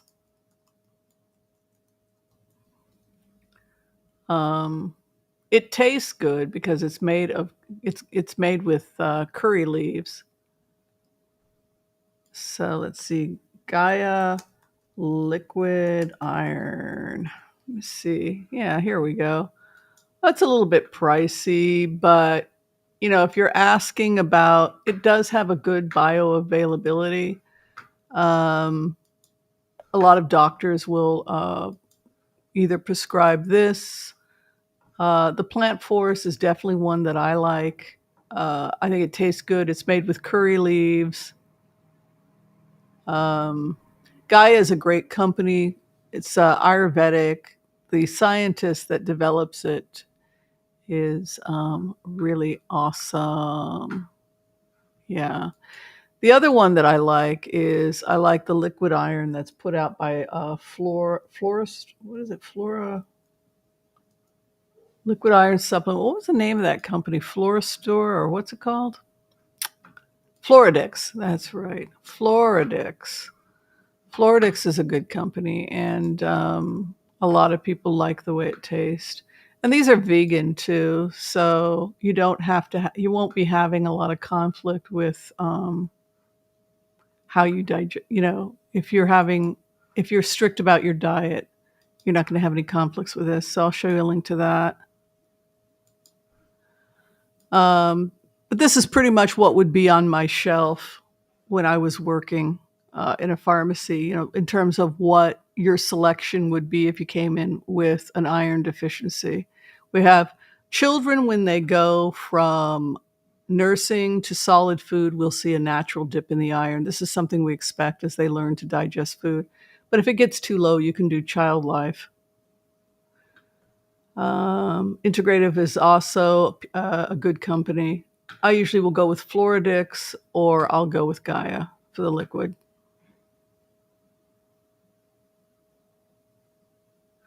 Yeah. No problem. Happy to help. When I took HCIV, I was guessing. I got some things right. We all did.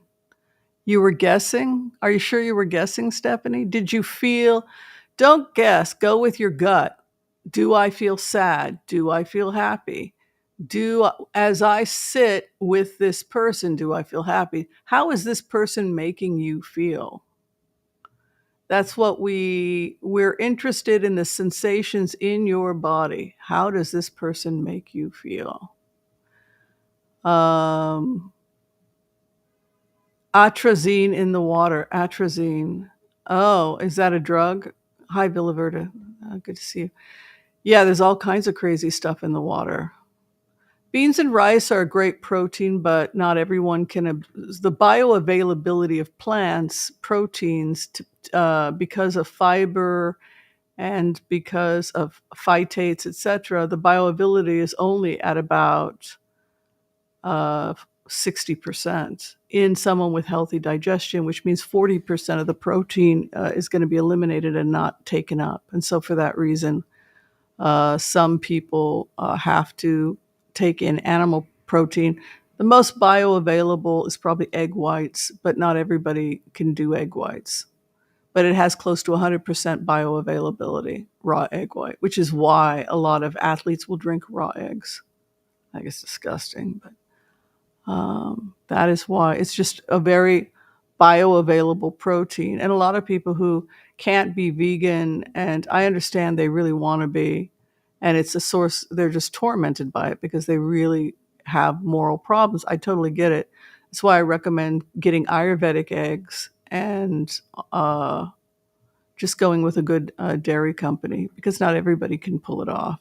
Most people feel tremendously better because if you can't absorb the protein, it's going to be difficult. You could try a liquid amino acids with the branch chain amino acids in them if you're really trying.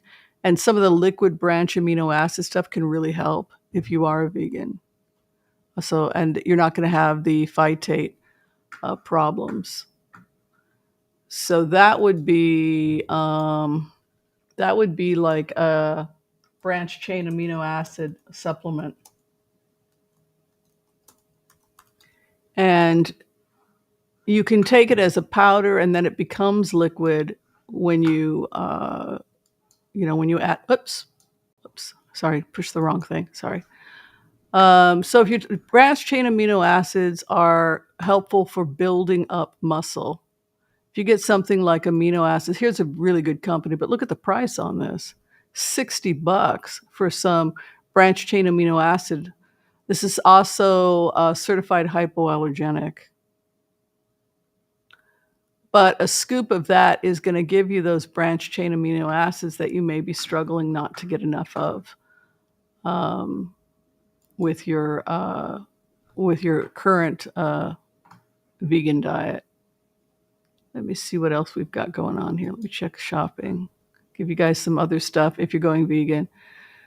Now is less expensive, and we've sold a lot of branch chain powder through Now, Jacked Factory, etc. But these are Thorne. Again, this is probably the best one out there. Is the amino acid complex by Thorne, $46.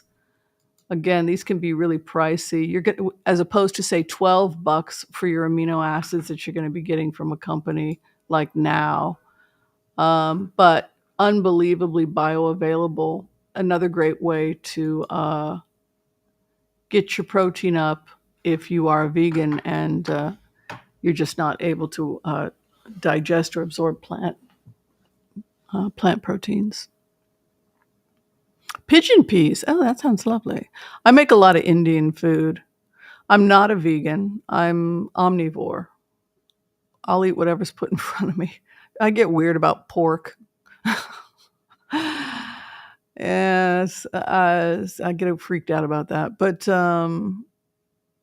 yeah, I don't think I'd eat an alligator or something like that. But, like within normal, like dairy, eggs, tuna. I'll have tuna occasionally. Sardines are good. Yeah, just take what you need. Do we have any questions for the cards today? Sounds like everybody wants to talk naturopathic medicine. Well, that's cool. I love naturopathic medicine. We can talk about me being a naturopath. Whatever makes you guys happy. Yeah, pork is bad news, man. It's recommended for vegan with inflammation and absorption issues. If you're allergic to eggs, then that's going to be a problem. But inflammation, you might have less if you feed flax to your chickens, then their omega-3s levels are going to be higher. And that should help with the inflammation. Really, wheat and sugar and processed foods are the big no-no with inflammation. I love sardines too. Yes. What do you guys think? Hi, Stephanie. Thank you for that, by the way, that question. What do you guys think about this debate between Trump and Biden? Do you think it's just going to collapse? I just think I don't enjoy watching people collapse. I don't.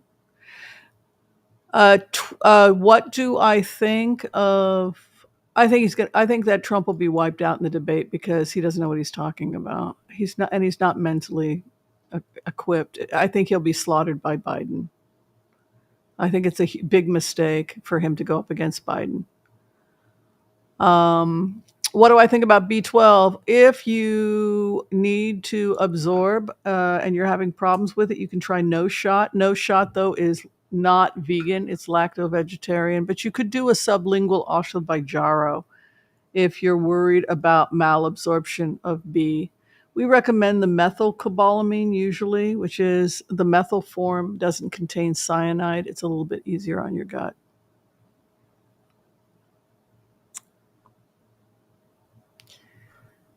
Yeah, I think Trump is going to make a complete fool of himself. I'll check.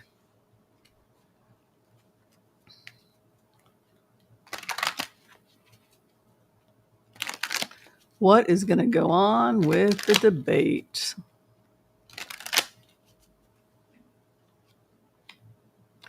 Our wish is granted. Trump is trying desperately. He's floundering he just needs money. The purpose of the debate is to get him some money. He needs more money. That's what he's saying. This is Biden. Biden wins. This is Trump. He's digging for money. The campaign is always about money for him. Getting money is more important than anything for him. A heavy load. Look at this anger. Knight of Swords. I really think that Trump is infuriated with Trump is finished. Finished. I always see some major event happening in August. Done with him. Look at this. August. I wonder. I really wonder about Trump's mental cognition. It's only getting worse. Born to grift. That's right. Yeah, I'm still here. I got nothing to do. I figured, well, it looks like people didn't want to meet tonight. I think that people get back from work too late and it's a work night and they'd rather come in on Friday. It's cool. I don't care. So I figured I'd do this instead. Why do his commercial for donations keep coming in? Yeah, he's in serious financial trouble. In fact, he and Laura are trying to get permission to take money from the GOP to pay his legal cost. So, how terrible is that going to be for the GOP down ballot races if they can't put money towards any other campaigns other than his campaign? And so it's not just that he's going down, he's taking everybody with him because he wants all the money for himself.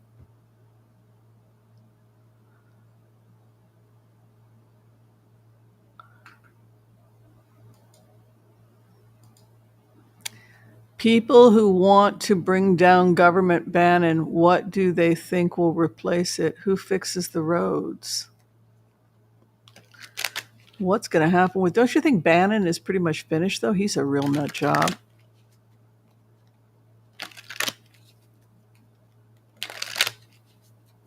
He's Fruit Loops.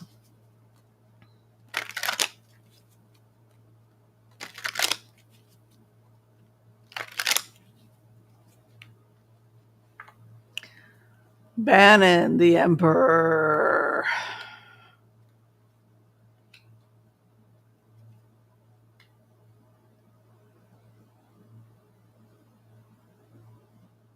Don't you think he was an informant? Don't you think that's how he stayed out of jail? He thinks he is king. He presents as the emperor. That's the king. The other, grieving, hopes and fears that they will let it go. He's got the Queen of Swords coming after him. I'll tell you, Lady Justice is all over these guys. The best thing women can do for the planet is become attorneys. We need more women. Look at this. He's got the devil over him.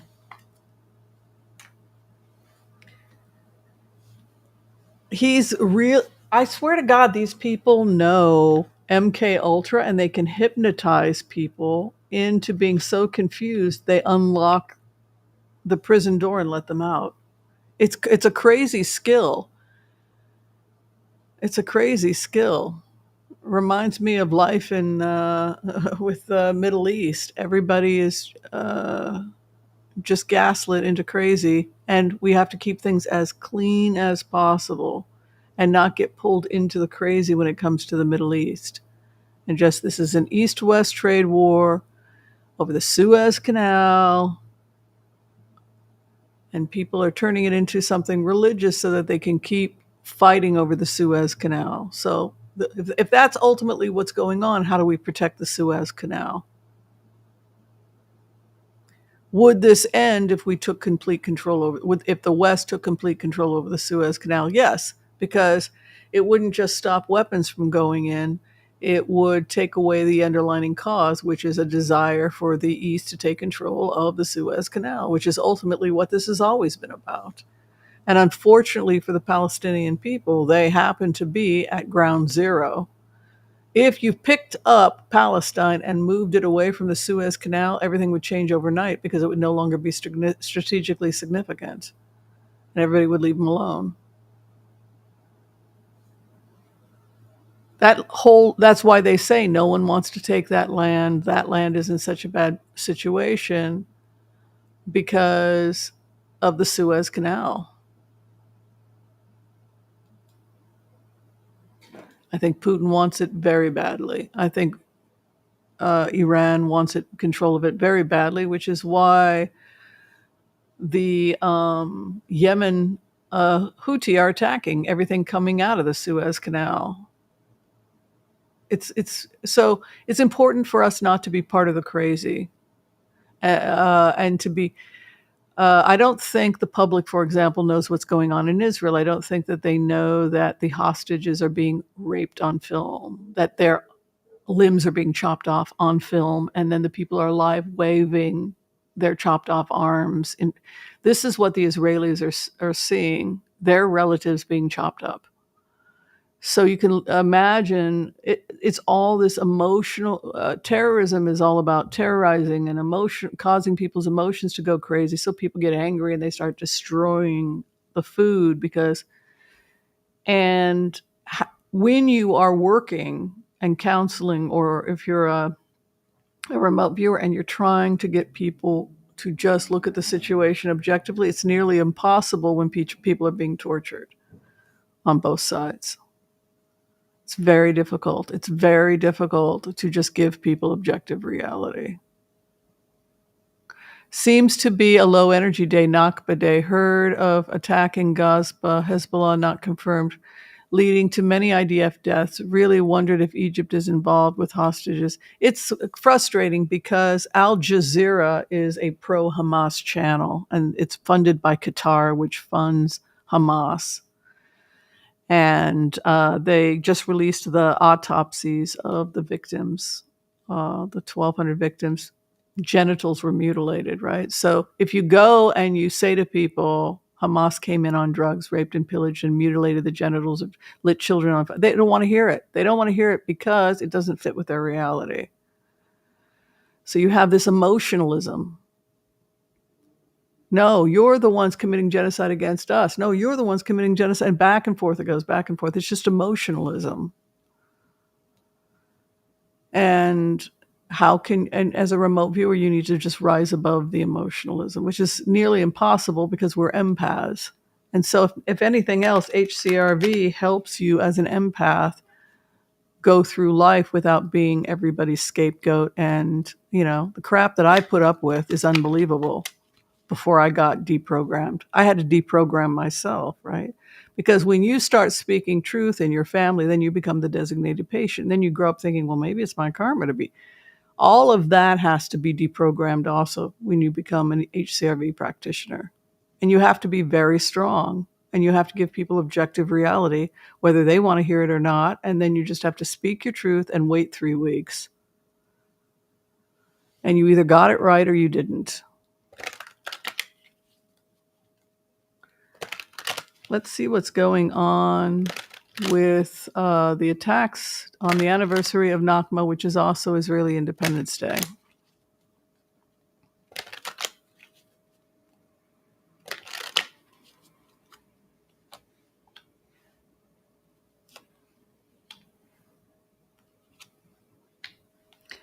They will never defeat Israel. A lot of people getting arrested in protest. Massive arrest on the West Bank. That's what I see. Protest on the West Bank. Here's Israel, the high priestess. It's my card for Israel. Her opposition, dormant in the grave or set. Hopes and fears, restricting their themselves. In jail. I see arrest. Protest. Always protest. Always people. Israel wins. You can see the magician.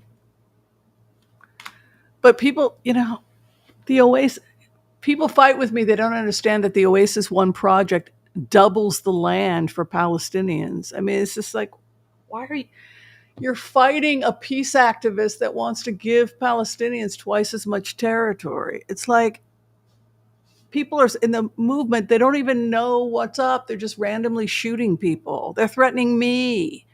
They're threatening peace activists. They're trying to kill Shalom Akshav people. That's why people are upset. It's beyond frustrating. The only way we can double the land and give Palestinians twice as much territory and create a soft border is if we get rid of terrorists that are killing innocent people at the border. The only way to go forward is So if you want to expand, I want to give them more space.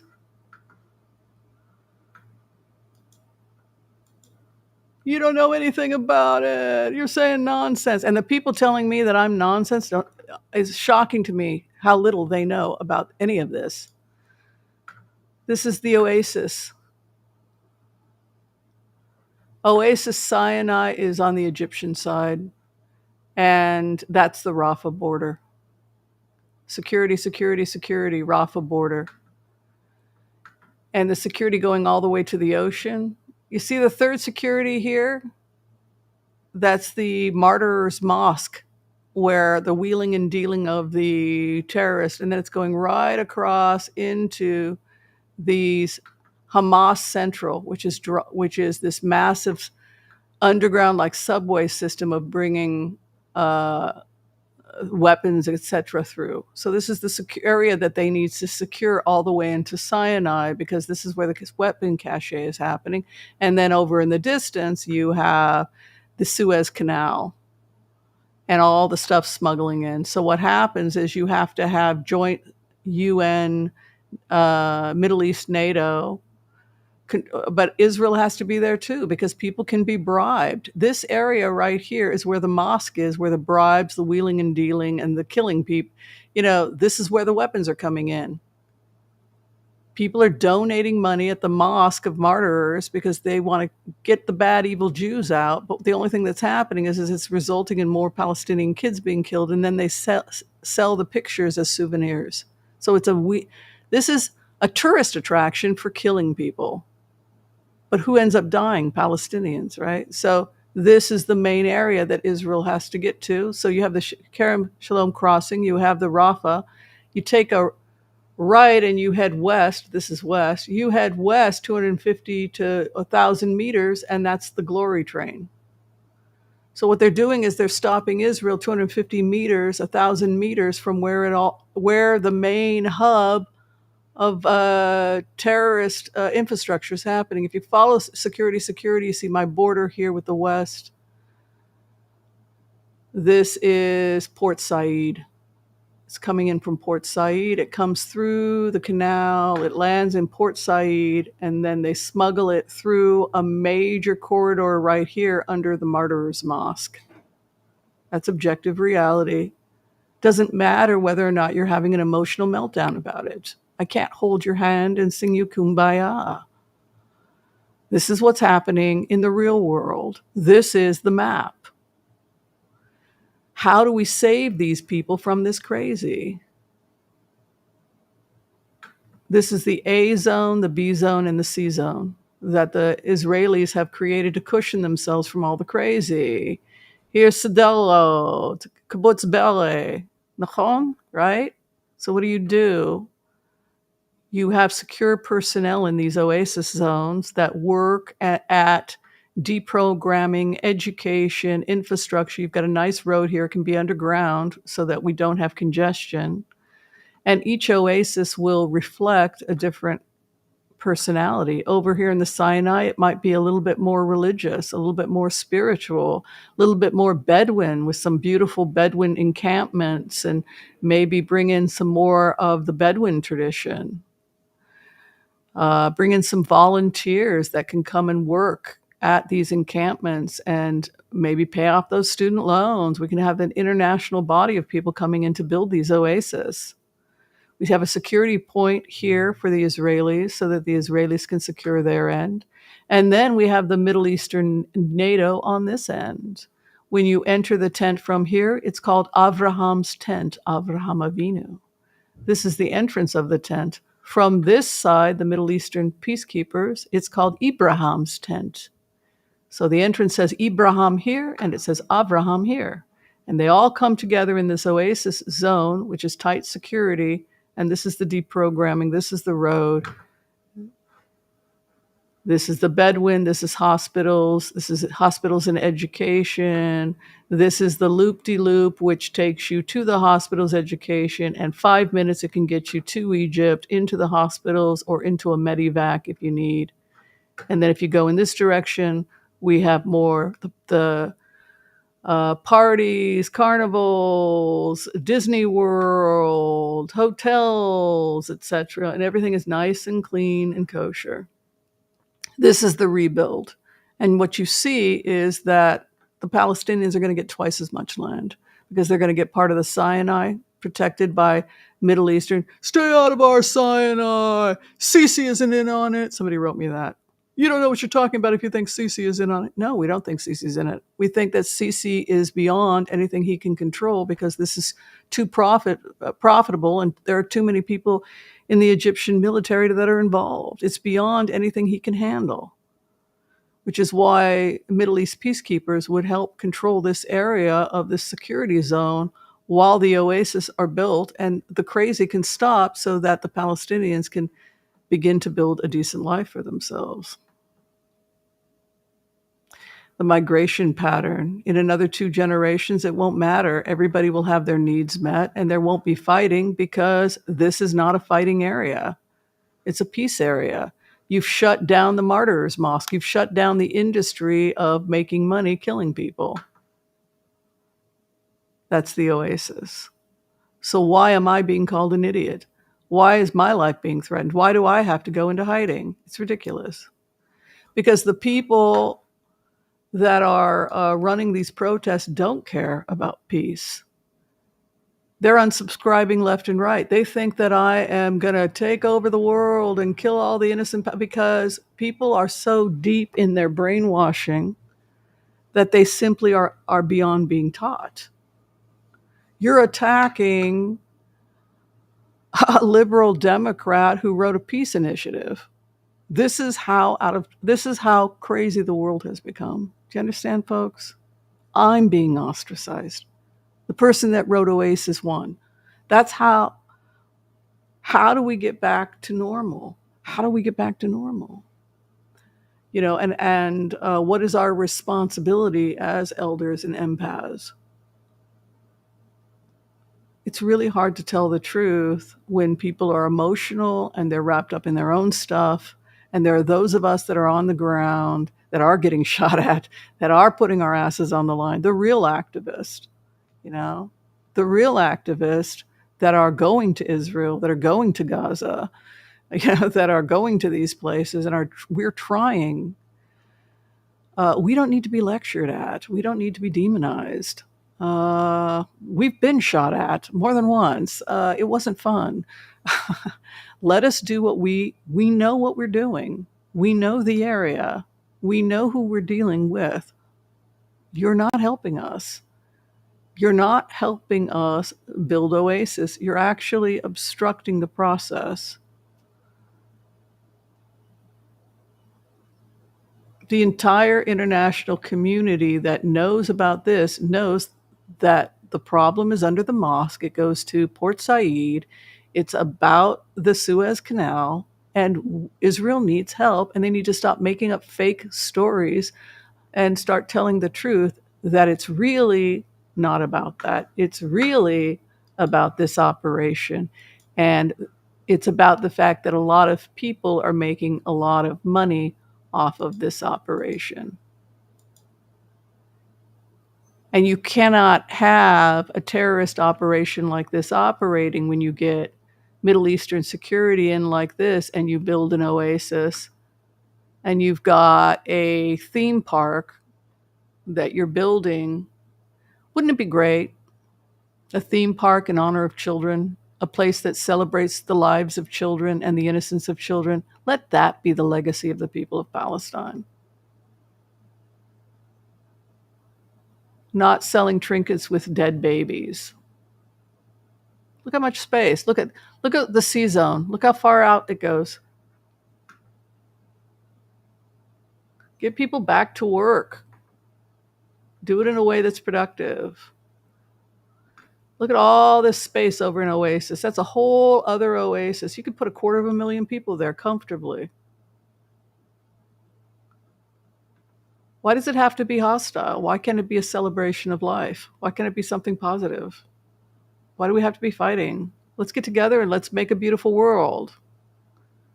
People are mad that Elon Musk is going to donate like $3 billion to this.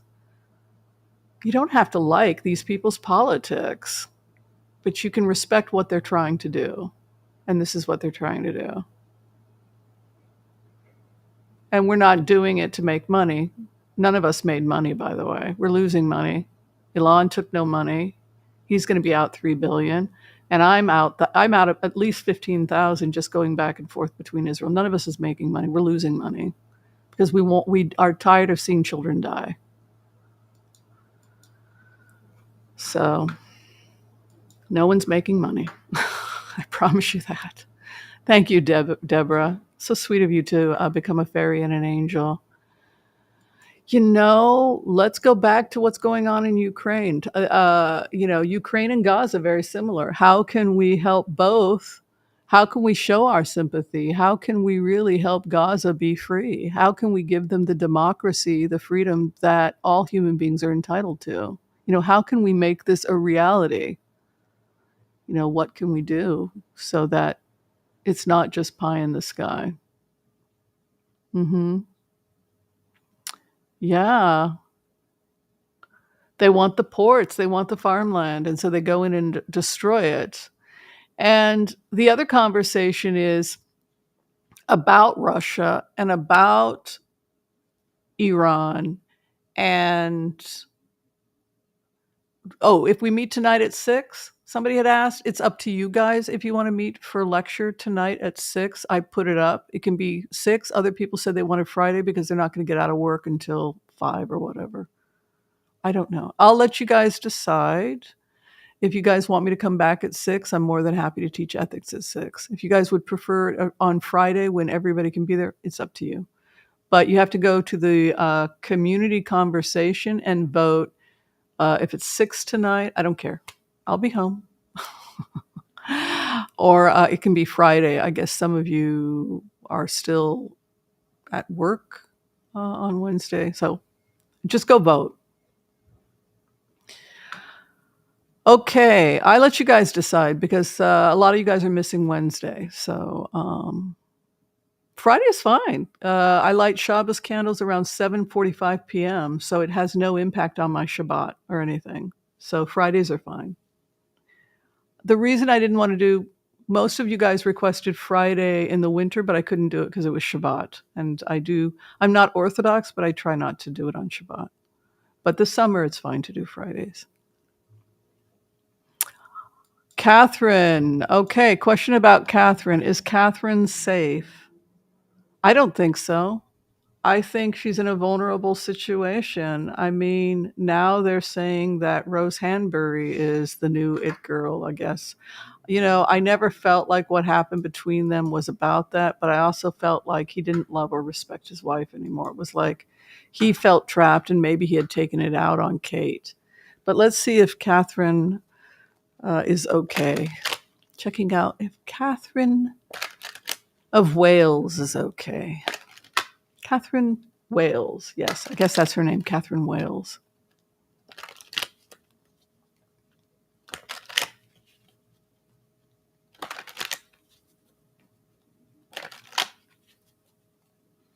Geocosmic, did you want to meet tonight or are you coming in tonight or Friday? How's Catherine? She's fighting. There's fighting around Catherine. That we never took their land. See, this is what I mean by stupid. Here's an example, not to embarrass somebody who's indoctrinated by Russian propaganda.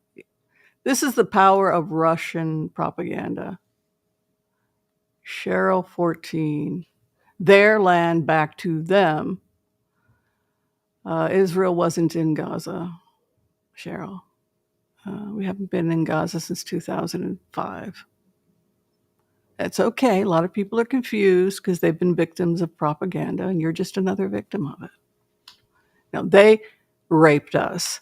They invaded us. They declared genocide on us. I know it gets to be. It's to be a little bit confusing, doesn't it? Gets to be confusing because, well, anti-Semitism is popular. Okay, so this is for you, Cheryl. This is Israel being invaded by Palestine, okay? Did you not see? Do you want to see the gallery of everything they did to us? Yeah, is this good enough for you? See, this was the Palestinians. You see what they did here? You want to keep looking at pictures? This is the Palestinian killing a child, the mother holding him by his head. These are all the people that were slaughtered. Here's a woman shot in the head after being raped. Oh, I think you should stay. Stay. Here they are applauding after shooting a man in the head. This is Hamas. This is Hamas. This is Hamas.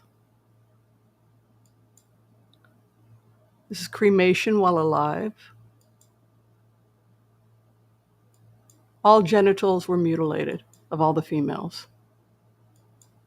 They were raped. They killed the dog, shot him in the head.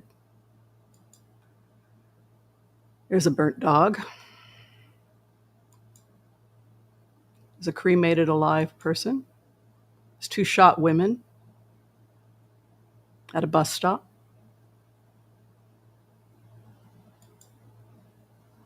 Here's a raped female begging for help while she's being cremated. Here's a baby raped.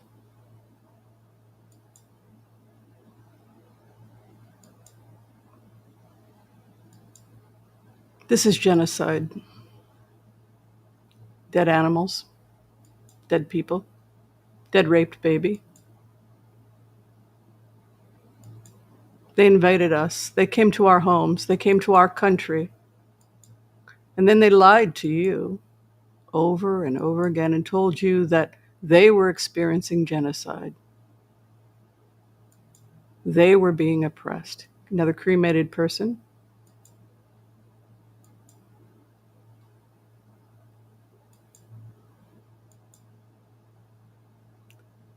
Babies shot in their own beds and cribs.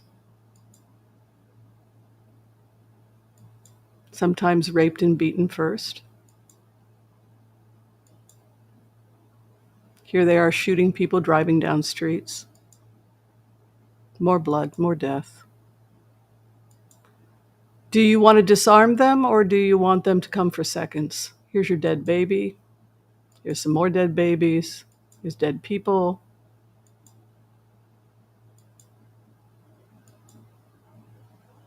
Do you want to live next to them? Do you want to live here?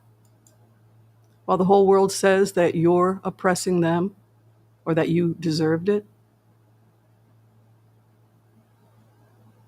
This is Judea, by the way. This is Israel proper.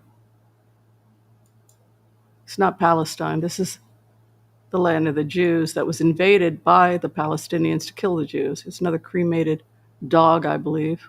Is that a person or an animal? I can't tell. The world's gone insane, my friends. 2 dead children. Dead baby. The world has gone insane. You see, what we're doing is we're trying to dismantle the tunnels so that these people can't come in again. That's why people don't watch this channel as much as the other channels, because people don't want the truth, they want a story. And my job is to tell people the truth. And sometimes the truth doesn't look very good. Oh, thank you, Tony. Thank you for being an elder.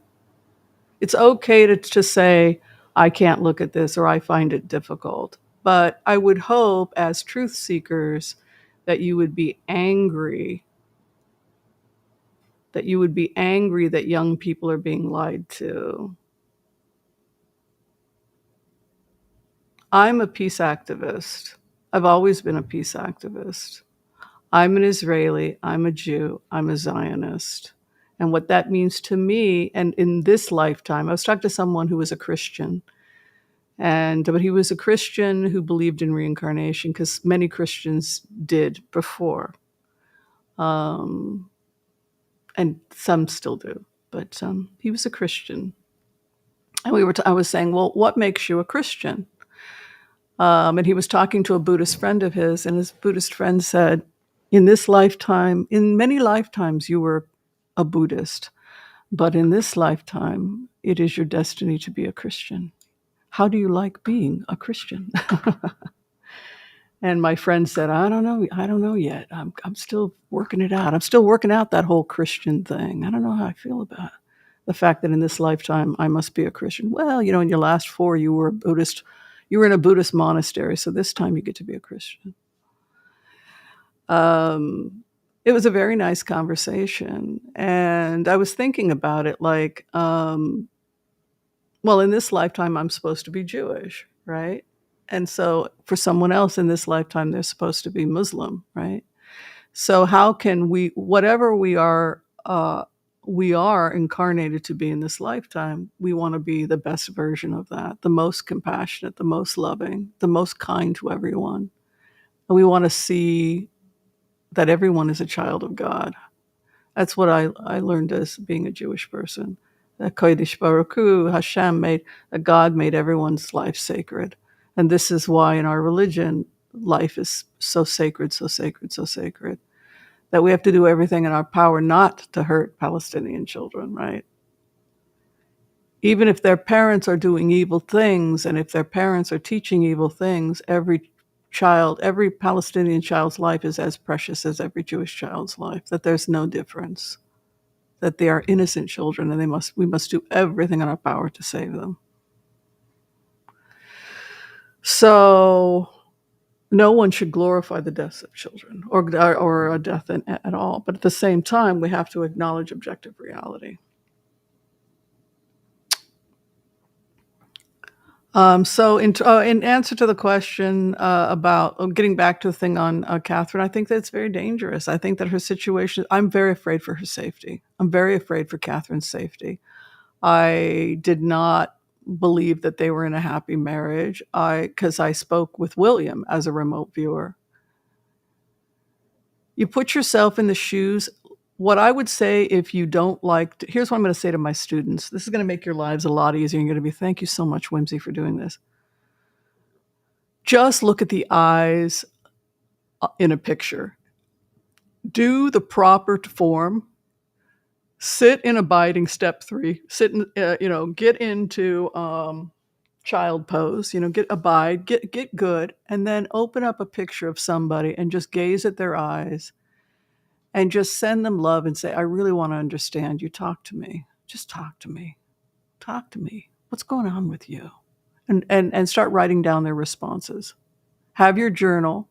We really encourage all my students, you've got to have something like this with you. And when you get into that altered state, open up a picture of Prince William, and you're open, you're receptive, you're in perfect alignment. You've got through step 3, you're abiding, and now with love, just come on, William, just one-on-one talk to me. What's going on with you and Kate?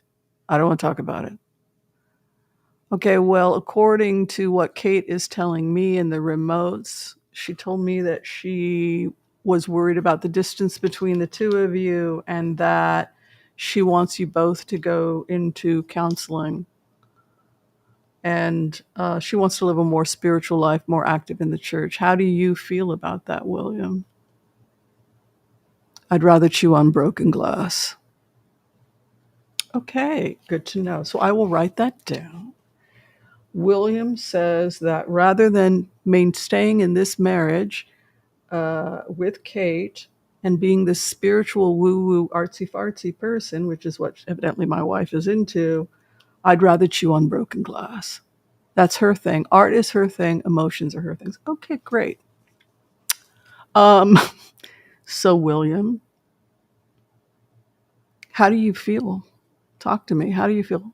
I feel trapped. I'm trapped. I'm trapped. Why do you feel trapped? Because I can't do anything. I can't even decide what to wear on my wedding day. I hate red. I detest the color red. Okay, you detest the color red. I wanted to wear blue. Okay, I get it. Men like blue. I did whatever I could for that old biddy. You're calling your grandmother, the queen, an old biddy? I did whatever I could for that old biddy.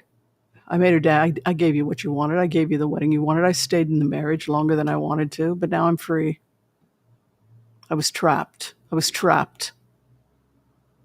I couldn't do anything. I'm trapped and she's trapped. My wife is trapped. So we drink. There you go. We drink. I like to drink. I drink a lot.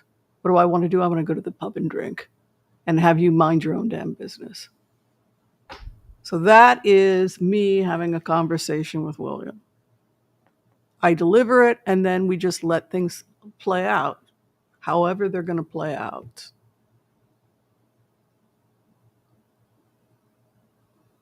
You know? By the way, Charlotte, Charlel, give them back their land.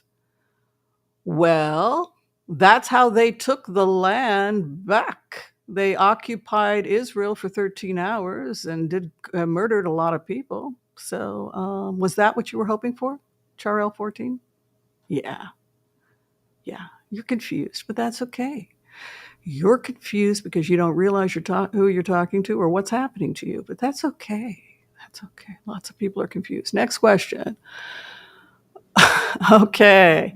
May I ask how long it took you to do remote viewing? Honestly, you really want the honest truth? Like 50 years? 50 years. I wish I could say that playing the violin is easy, Leah. I wish I could say that, but I am now I'm almost done with my first year of violin, and I sound terrible. But if you look at me trying to learn to be psychic when I was like 12 years old, that was 49 years ago, I started reading books and trying to get more psychic and more psychic and more psychic, and 49 years. But in terms of training, HCRV training, how long have I been training? Just strict HCRV? 12 years. 12 years of HCRV.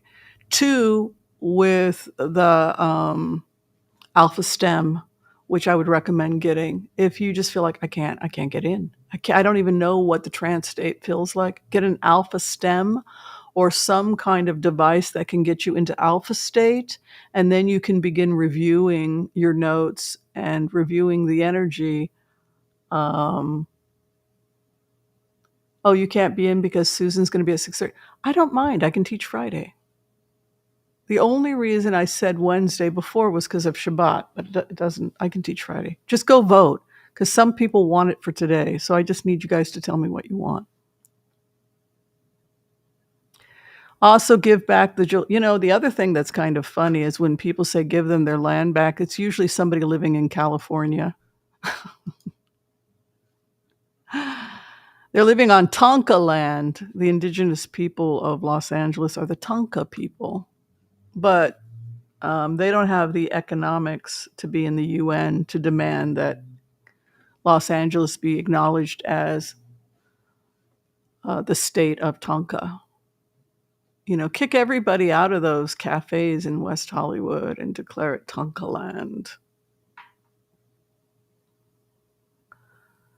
They're not dead. The Tonka are alive. They're not doing very well. I mean, they've been decimated by hegemony, which a lot of Americans project their history onto Judea and Samaria because that's American history. So they think they really know a lot because that's how they feel about American history. So they just project it onto countries where they know nothing about. Alpha STEM, yeah, Alpha STEM is cool.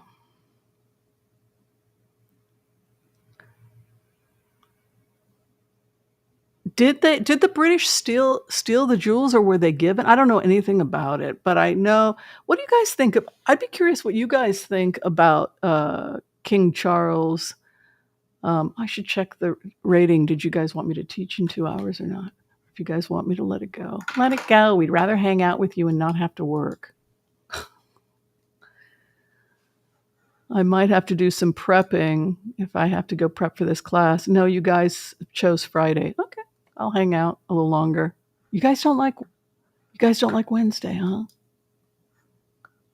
You guys voted on Friday. Okay. So I can stay a little longer. Cards are a good thing because what cards can do is, if you're trying to learn to read, is that cards can help trigger you. I had a hard time with cards. I used to just do objects, like I would try and hold onto a person's ring and I would feel the energy of something that the person touched. That was what I started with.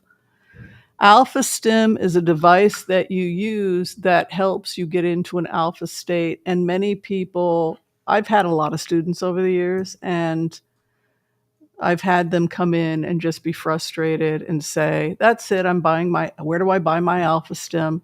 It's not something to feel like you failed or something. I mean, I had Alpha Stim for 2 years. So I don't want people thinking like, oh, I couldn't do it on my own. I wanted to be like a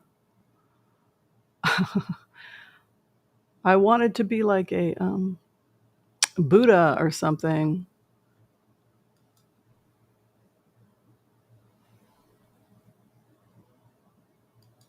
But in life, my darlings, we must be patient. And if you need a little Alpha Stim, well, then why not go for it? This is an Alpha Stim device you can pick up. And these go $159. They're a little bit pricey. Mine was $1,000. And you can go down into a remote state for approximately 20 minutes to do your homework. Some people will bring these to class. I'm completely okay with you bringing this to class.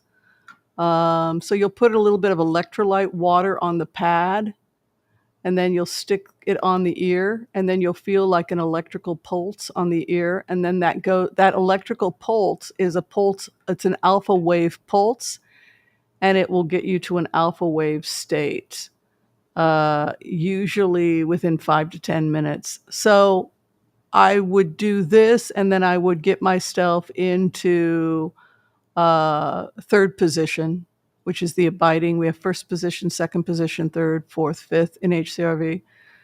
So third position is known as the abiding. So I would put these on, and within 5 to 10 minutes of abiding, I could very comfortably go into step 4 and start working on targets. But you'll start to feel your energy, your brain gets exhausted. You can only stay down. I personally get exhausted after 5-10 minutes of being in an alpha state. So it's 5 to 10 minutes to get down, 5 to 10 minutes to gather as much information as you can from your target. If you're a spy and you've been hired, by the CIA to basically record and document whatever information you can about the target, and you've got 20 minutes and you're being paid, if you were in a situation like that, then I would definitely recommend this device go with you if you're transcribing for an expensive client, because it's going to run out after 20 minutes and you're going to be done with the session after 20 minutes. And so it also keeps you on your timetable, particularly if you have like expensive clients that are like paying you to do some big job. That was the main reason I got it, was because I was doing dictation. And my clients were all over the world and still are. And they would send me, say, I need you to get access on this particular company or something. And then they would pay me for the session and I would bill them. And I was using Alpha Stim for the first 2.5 years. And they knew that I could get a report out in, less than 30 minutes.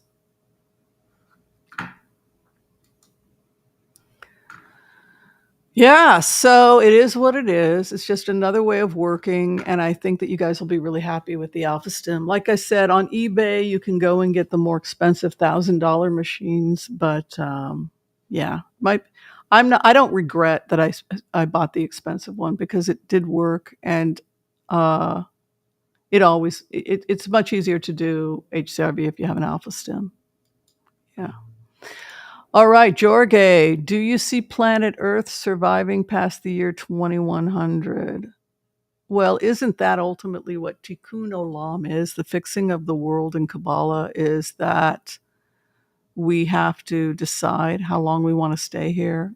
If this world blows up, then we will simply try again and again and again until we get it right, until we create a world that is heaven on earth. Right? So until we get it right, we have to keep trying to create heaven on earth. No, it doesn't cause AFib. It doesn't go to the heart. No.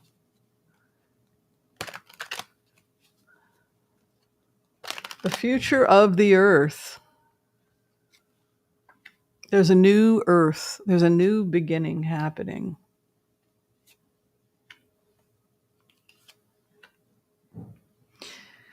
I think the United States is going into Moscow. I think that the West is going in because of the instability of the East. It became too much of an international threat.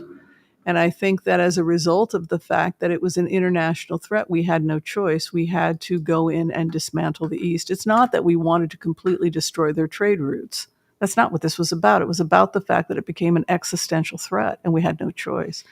So Four of Wands is coming in as a new beginning. We have no choice. We have to go forward with this new beginning, this new earth. We can see a lot of grief, though, a lot of suffering, hopes and fears. Did we judge properly? Are we going to make it this time? Is this going to be the time that the world is created and is not destroyed? You know, Kabbalah talks about this experiment happening multiple times, that you and I have been here multiple times, and that we destroy the earth multiple times, and then we come back again, and it's just on a loop, and we keep, will we do it this time? Will we succeed this time in creating peace? Or do we have to play this out over and over and over again? So the hope and the fear, our own judgment, and we can see we have strength. I don't think that we are all going to breathe a sigh of release until until nuclear weapons no longer exist. There has to be international accountability for both the East and the West, and this kind of insanity that we now have the technology to blow the earth up multiple times should be frightening for all of us. And now they're talking about AI, artificial intelligence, that has the ability to go in and blow us up, break into our nuke facilities, etc. So that is something the only way to protect ourselves from that is to dismantle the nukes. If the nukes aren't there, then we don't have to worry about an artificial intelligence coming in and blowing us up. We have strength as the outcome, and then the clarification. Wow, dusting really helped. You know, I dusted yesterday. I was doing that deep cleaning. We were talking about Swedish death cleaning. But look, I didn't cough. It really worked for me, didn't it? Thank you to everyone who has donated, by the way, and become a member today. Much appreciation. I do appreciate it. Yeah, that's Wendy, that's the device. I think I mentioned it to you guys. You can get them on eBay too.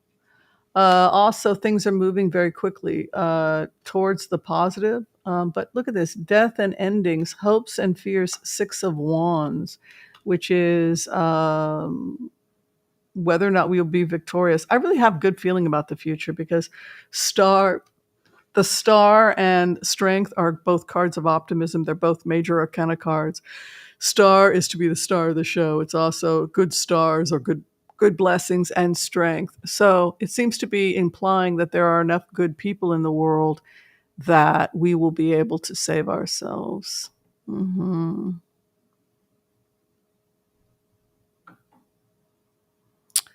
Yeah, remote viewing takes place at the alpha level. This is something we see from the Silva mind control studies. Mm-hmm. So if you can get into the alpha state, that's when you're going to be your most psychic. So that is why remote viewers use alpha stim. Mm-hmm. Yeah, good question. I think the artist who painted the king is phenomenal, and I think he captured Charles very well. Demonic king. Oh, dear me. Do you think so? Huh. Well,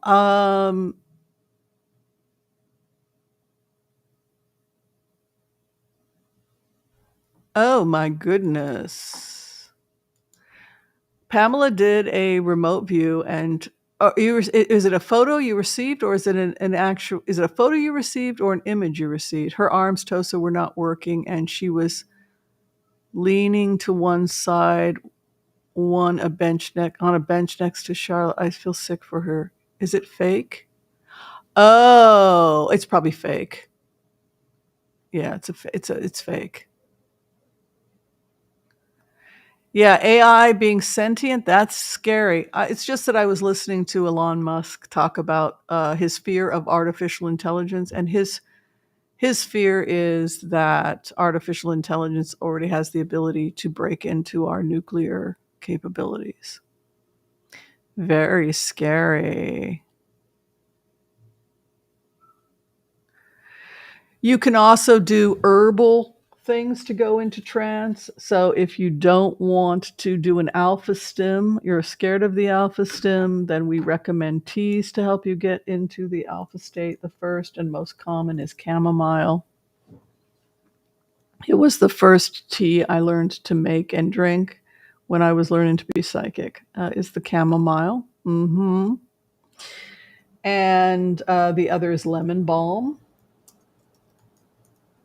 Lemon balm is also known as Melissa officinalis.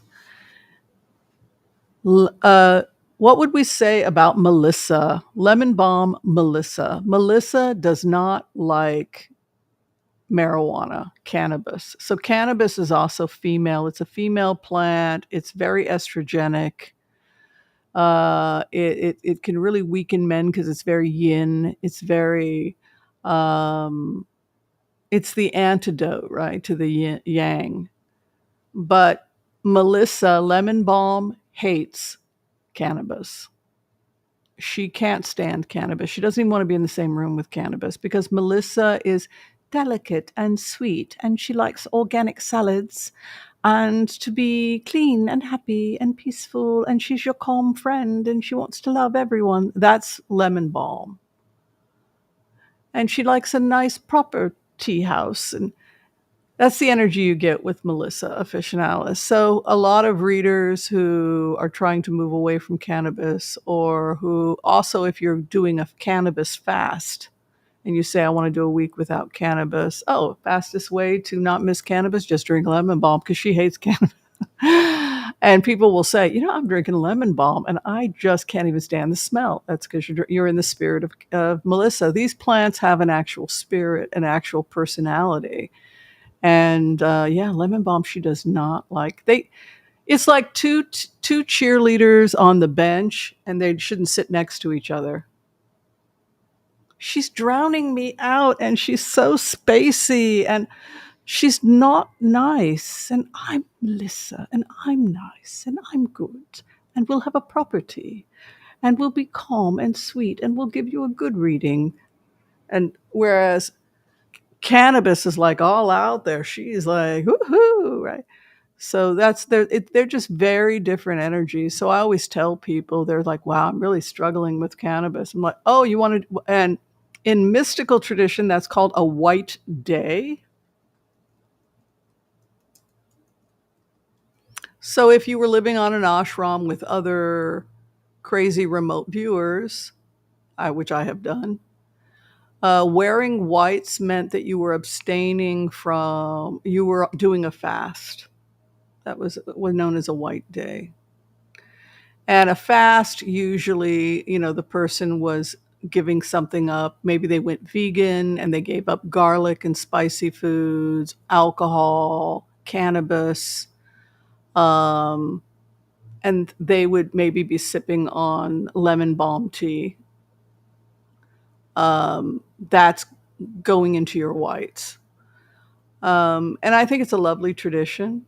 And it was funny. We had a few people that were always in white. Some people are on ashram are always in white. They never eat garlic. They never eat onions. They never smoke marijuana. They're just permanently having a clean day, right? They don't want to have anything in their body. So they're the people that always wear white. So we had a party for St. Patrick's Day. And it was one of those ashrams where they were embraced people's cultures. Oh, teach us about the Irish. There was no alcohol in ashram, but people would go to the pub. They would leave the ashram to go to the pub, right? But the people in white had they pinned little tiny clovers on their whites to be little mischievous. It was the first time we saw them not in white, and so everyone teased them. They had a little patch of green for the festivities on St. Patrick's. We thought that was pretty funny. So, yeah. So if you're someone that prefers white energy, that white, clean energy, but you want to do trance work, stick with something clean like chamomile or lemon balm. Yeah. I think that Princess Kate is gone out of the picture. She wanted to save her marriage. Her husband didn't. And I felt like she was shocked. I think that also she thought I think she was shocked to discover that she had no power. It kind of reminds me of my divorce when I found out that my husband had a girlfriend. It's like, what? That shock you get when you realize your entire life is a lie. But that's kind of what I get with her. Kate's, she has no worth anymore because the queen is dead. She has no protectors, and they've snatched up George, so their future is secure. So what do they need from her for? What's she going to do for them? That's the bottom line. And and also now that the queen is dead, William has come into his power. He's the future king, and so he is afforded all this rights and power now. Also, he turned 40, so they're giving him all this power so he doesn't have to be trapped anymore. And so because he doesn't have to be trapped anymore, he can just tell her to kiss off. And that's precisely what he did. And she was completely stunned.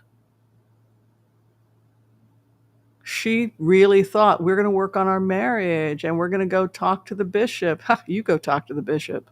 I'm out. Can you imagine the shock you would be in? What about our 3 children? Well, 2 are going they're going to boarding school. Your work is done, kid. We might take you out of hiding and let you come to a party, a birthday party, as long as you're embarrassing us with your crazy behavior in front of the cameras, constantly talking about your emotional issues. What? Yeah, everyone knows she's crazy. She's constantly talking about her emotions. Like, she's completely gobsmacked. What happened? I was going to be your future queen. What the hell? No, you're not. You're yesterday's news. Her judgment. Her enemy is the Queen of Swords. I think Camilla is probably loving this. I think she's at war with Camilla Parker Boyles, right? Camilla is going to take care of her. These icy, cold women that are part of the monarchy. Hopes and fears, Knight of Cups. These emissaries, she will emerge in her power. Are we sure she's dead?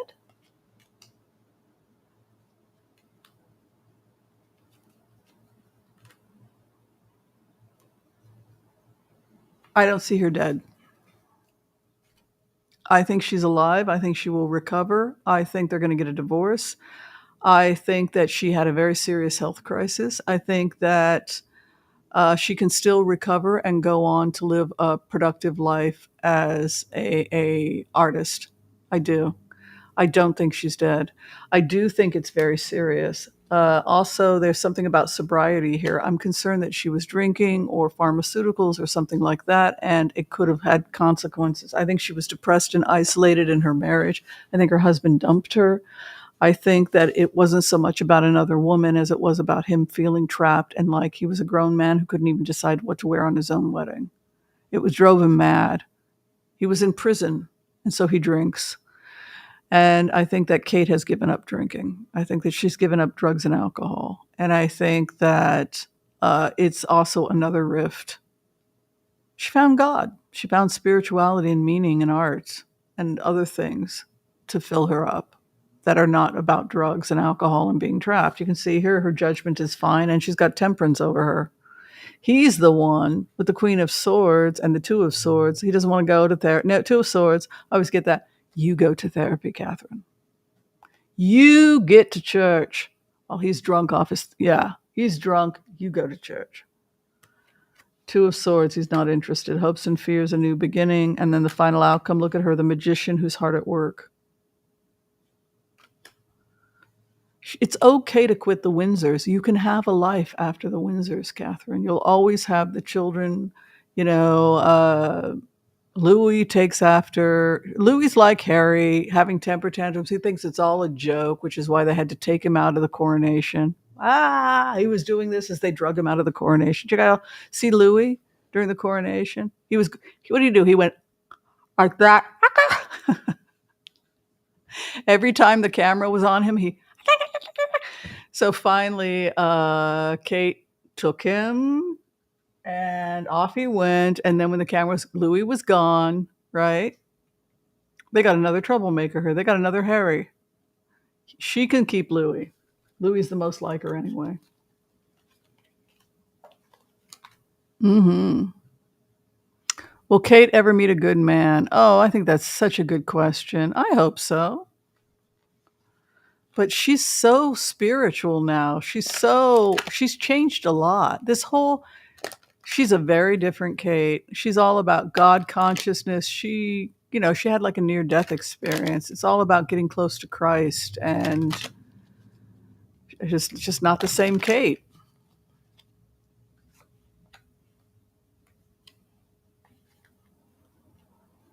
Yes. There's a young man interested in her romantically, and I think the day will come when William will regret what he did, because there's another man that could come into Kate's life and make her bloom again and laugh again and feel happy again. And then she becomes this young, amazing Kate. And then all of a sudden she's really hot to William. It's like, yeah, that's the girl I fell in love with.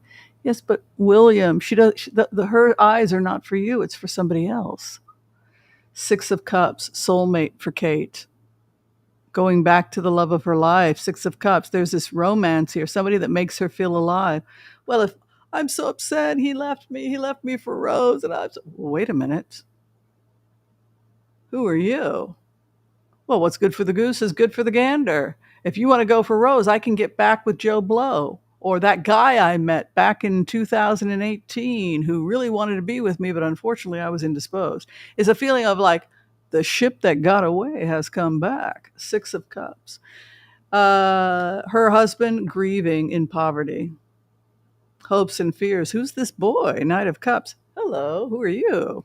You're nice. Knight of Cups. She's grieving loss, but something remains for Catherine.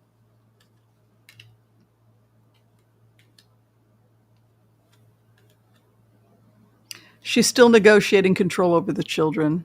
She doesn't feel that children can grow up without a mother. She's fighting for control over her motherhood. There's the right of the church over the children versus her right over the children is a legal contention they're fighting for right now.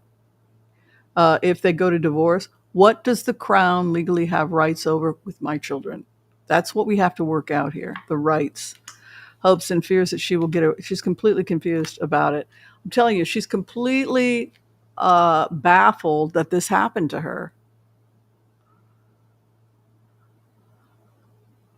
She just can't believe that it's like it really does remind me of my own marriage, when I had to accept the truth of my marriage. When anybody who's been through a divorce, the lies we tell ourselves because we want to appease the other person, and then the shock when you realize that you're living a lie, or the other person was lying, right? You're in shock.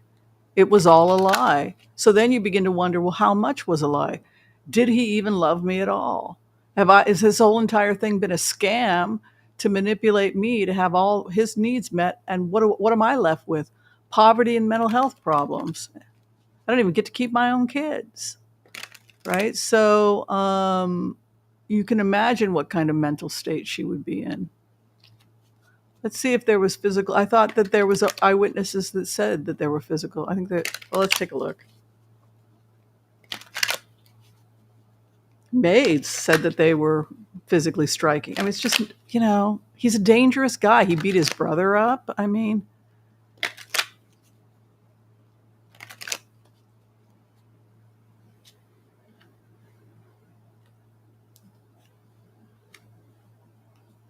the fighting is happening because of his drinking problem, according to Kate. That the separations and problems and she wanted him to get into counseling because of the drinking problem, the fact that he felt trapped, etc. That was why she wanted him to go into counseling. That was why she felt, because the church has been helpful to her and because the bishop has been helpful to her and to the children, and she has really gotten a lot of benefit from counseling and speaking with the bishop and getting this kind of support for the children. And she feels that William could really benefit from this. But the main issue for her was that his drinking is out of control. He is a full-blown alcoholic. She was moving on. She was ready to move out. She was the one that wanted a divorce because he's got a sobriety issue.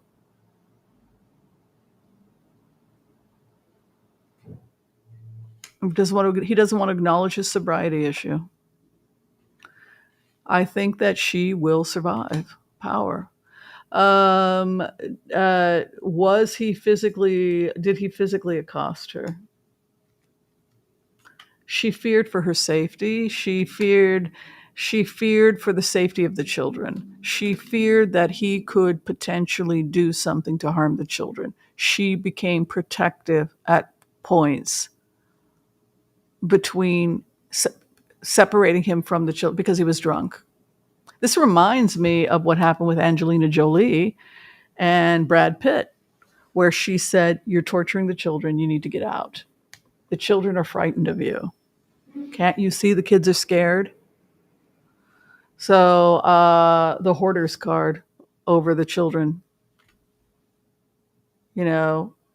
that's got me a little concerned. Why is she doing that with her kids?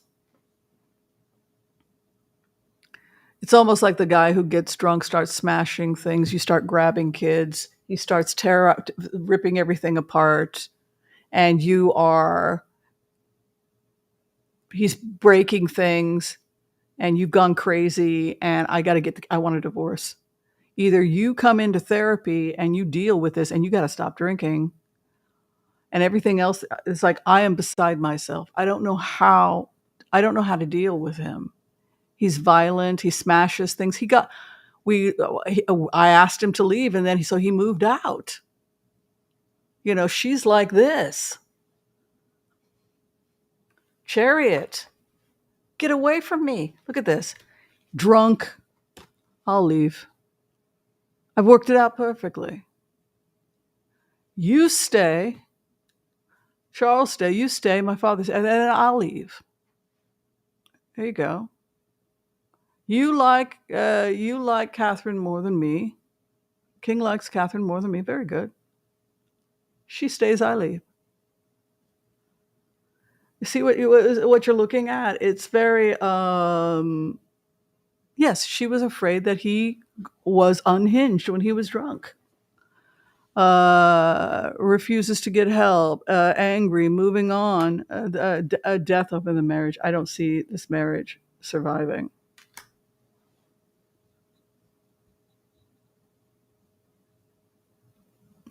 Yeah. Well, this is why King Charles will not be alone ever again with Harry. When you do a remote view, and I have gotten into the alpha state, and I've had conversations with King Charles and said, why don't you want to be alone with Harry? And he said, I don't want to be alone with Harry because Harry according to other people, he makes up stories. People are claiming he's lying. And so if I get alone with him or he gets alone with his family, God only knows what he's going to go and tell the press. God only knows what he's going to say. We have to protect. We don't feel safe with him alone with us because we have no idea what he's going to go back. He can't be trusted with family secrets, and he can't be trusted his version of things. We are contesting his version of things, and we don't trust him. So that was what King Charles said. So King Charles was siding with his brother that this guy is only giving his version, and William will bullface lie too. William is not above lying. He will bullface lie every chance he can get. Oh, my wife did that. Or he'll try and recruit people to fight his battles. This is something that bullies do. Recruit people to harass Meghan because Meghan established boundaries between him and other people. So he's into doing that as well. Are the children okay? I think the children are okay. She's collateral damage.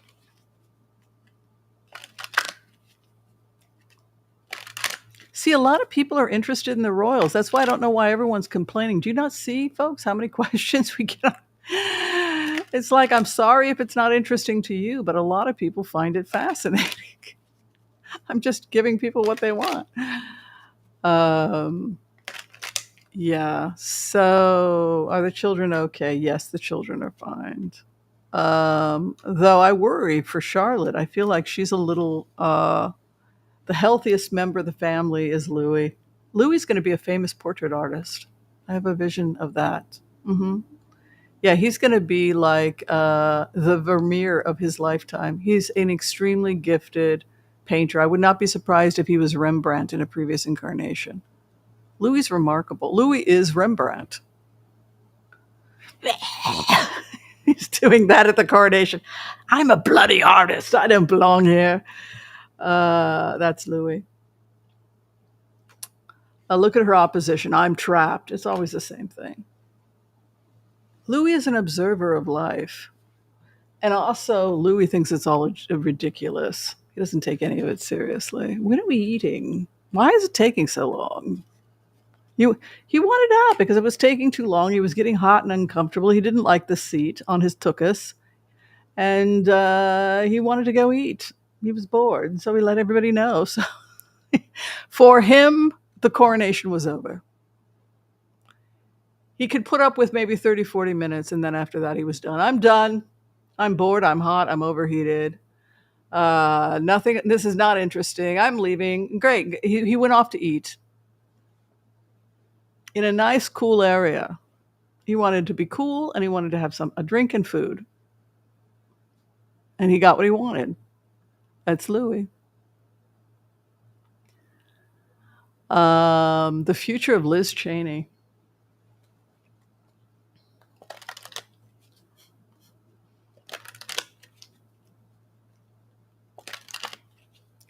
Liz Cheney's future.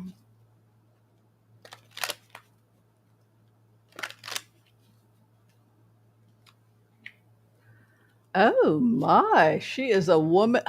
Oh, she is very, very close to people in the FBI, and she is very aware of MAGA, and she is very aware that they stole her party, and she wants them in prison. Yeah. She is at business. Business is the business of watching the thief. She wants the CIA, the FBI, and all of our branches of, national security on this. Karma. 10 of Cups, she'll be celebrating. Well, for her, if you look at these cards, she's concerned about what our intelligence agencies are doing to protect us. Queen of Pentacles is like the FBI also. It's the keeper of secrets. It's coin. It's spy. Page of Swords is the spy's card, but it's really about being the truth. showing the truth. But Page of Pentacles is often wheeling and dealing money. The FBI is, it's my card for the FBI also. She's very aware of how much they've lost. We're losing a lot because of the East, because of this trade war. Mm-hmm. But I don't know if I see a political future for her. Okay. I'm not teaching tonight, so I guess I can go a little bit longer. Is that what Diana said when Camilla will make a bloody mess? Oh, they killed Diana. I mean, like they took away her security and they let nature take its course. They knew what was going to happen. It's passive murder. It's a passive form of murder. You just take away protection and they wanted her driven off the road. And they knew it was going to happen, and they set it up just like they set Megan to be driven off and killed. They were trying to drive them physically off the roads using mopeds to drive them and kill them into the street, just like the person tried to push me into ongoing traffic screaming at me a couple months ago. Somebody, I guess, didn't like this channel. Doesn't want peace, right? Some people don't want peace, right? And that's the other reason why I think Megan is going after William. Yes, she made a bloody mess of everything. Yes. How odd after William saw what happened to his mother, right? Because people are emotional and did William physically harm her over the Christmas holiday? People are asking about that. It felt to me like something happened. See, her health was not good. Anyway, was because she was so thin. But I think a lot of that was mental. Like, have you ever just been ripped apart emotionally by somebody and you just became incapable? I've lost a lot of weight over broken heart. That's what happened to Diana, too. She lost 2 dress sizes before her wedding because she didn't eat. The dress was literally hanging on her. They had to, like, pin it. Did he harm her at Christmas? There she is. I think that he just went off because he just felt trapped. I just get this feeling of trapped. I'm worried about her potentially not taking good care of herself. One of the concerns is if she was drinking and taking pills and she was not intentionally trying to hurt herself, but she got so thin that medications can be much stronger in somebody who's 120 pounds versus 150. And if you mix alcohol with it. And so if she had her stomach pumped or something like that, and then there was an accident, or she lost oxygen, and then they put her in an induced coma, and from loss of oxygen due to an OD or something like that, would she have suffered a stroke? So that's what people thought. Children will change you like that. Very, very true. All right, I think we're going to be done now. We've gone for a couple of hours. How long have I been hanging out with you guys? I just wanted to connect. I was feeling like, we needed to connect.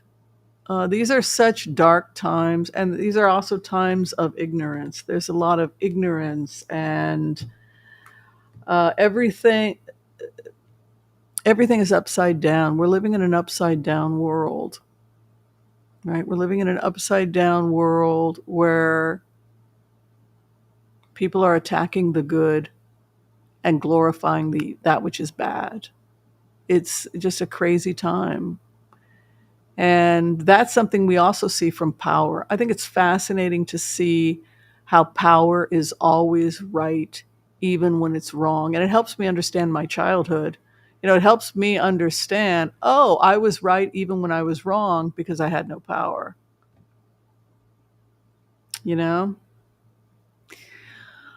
All right, my beloveds, thank you for hanging with me. If you're trying to get in for a personal reading, please check the information below. If you need a quick 5-minute Wizio, that information is also below. Be kind to all so that all will be kind to you. And I'll see you all next time. It was fun hanging out with you guys. I guess Friday night we'll hang out. We'll do a class. Maybe we'll also we'll extend the class and just we'll bring in all members. All members can be there Friday. We'll turn it into a party. It's we have to do a mandatory ethics class every quarter so that you guys don't wind up in jail or sued or anything like that.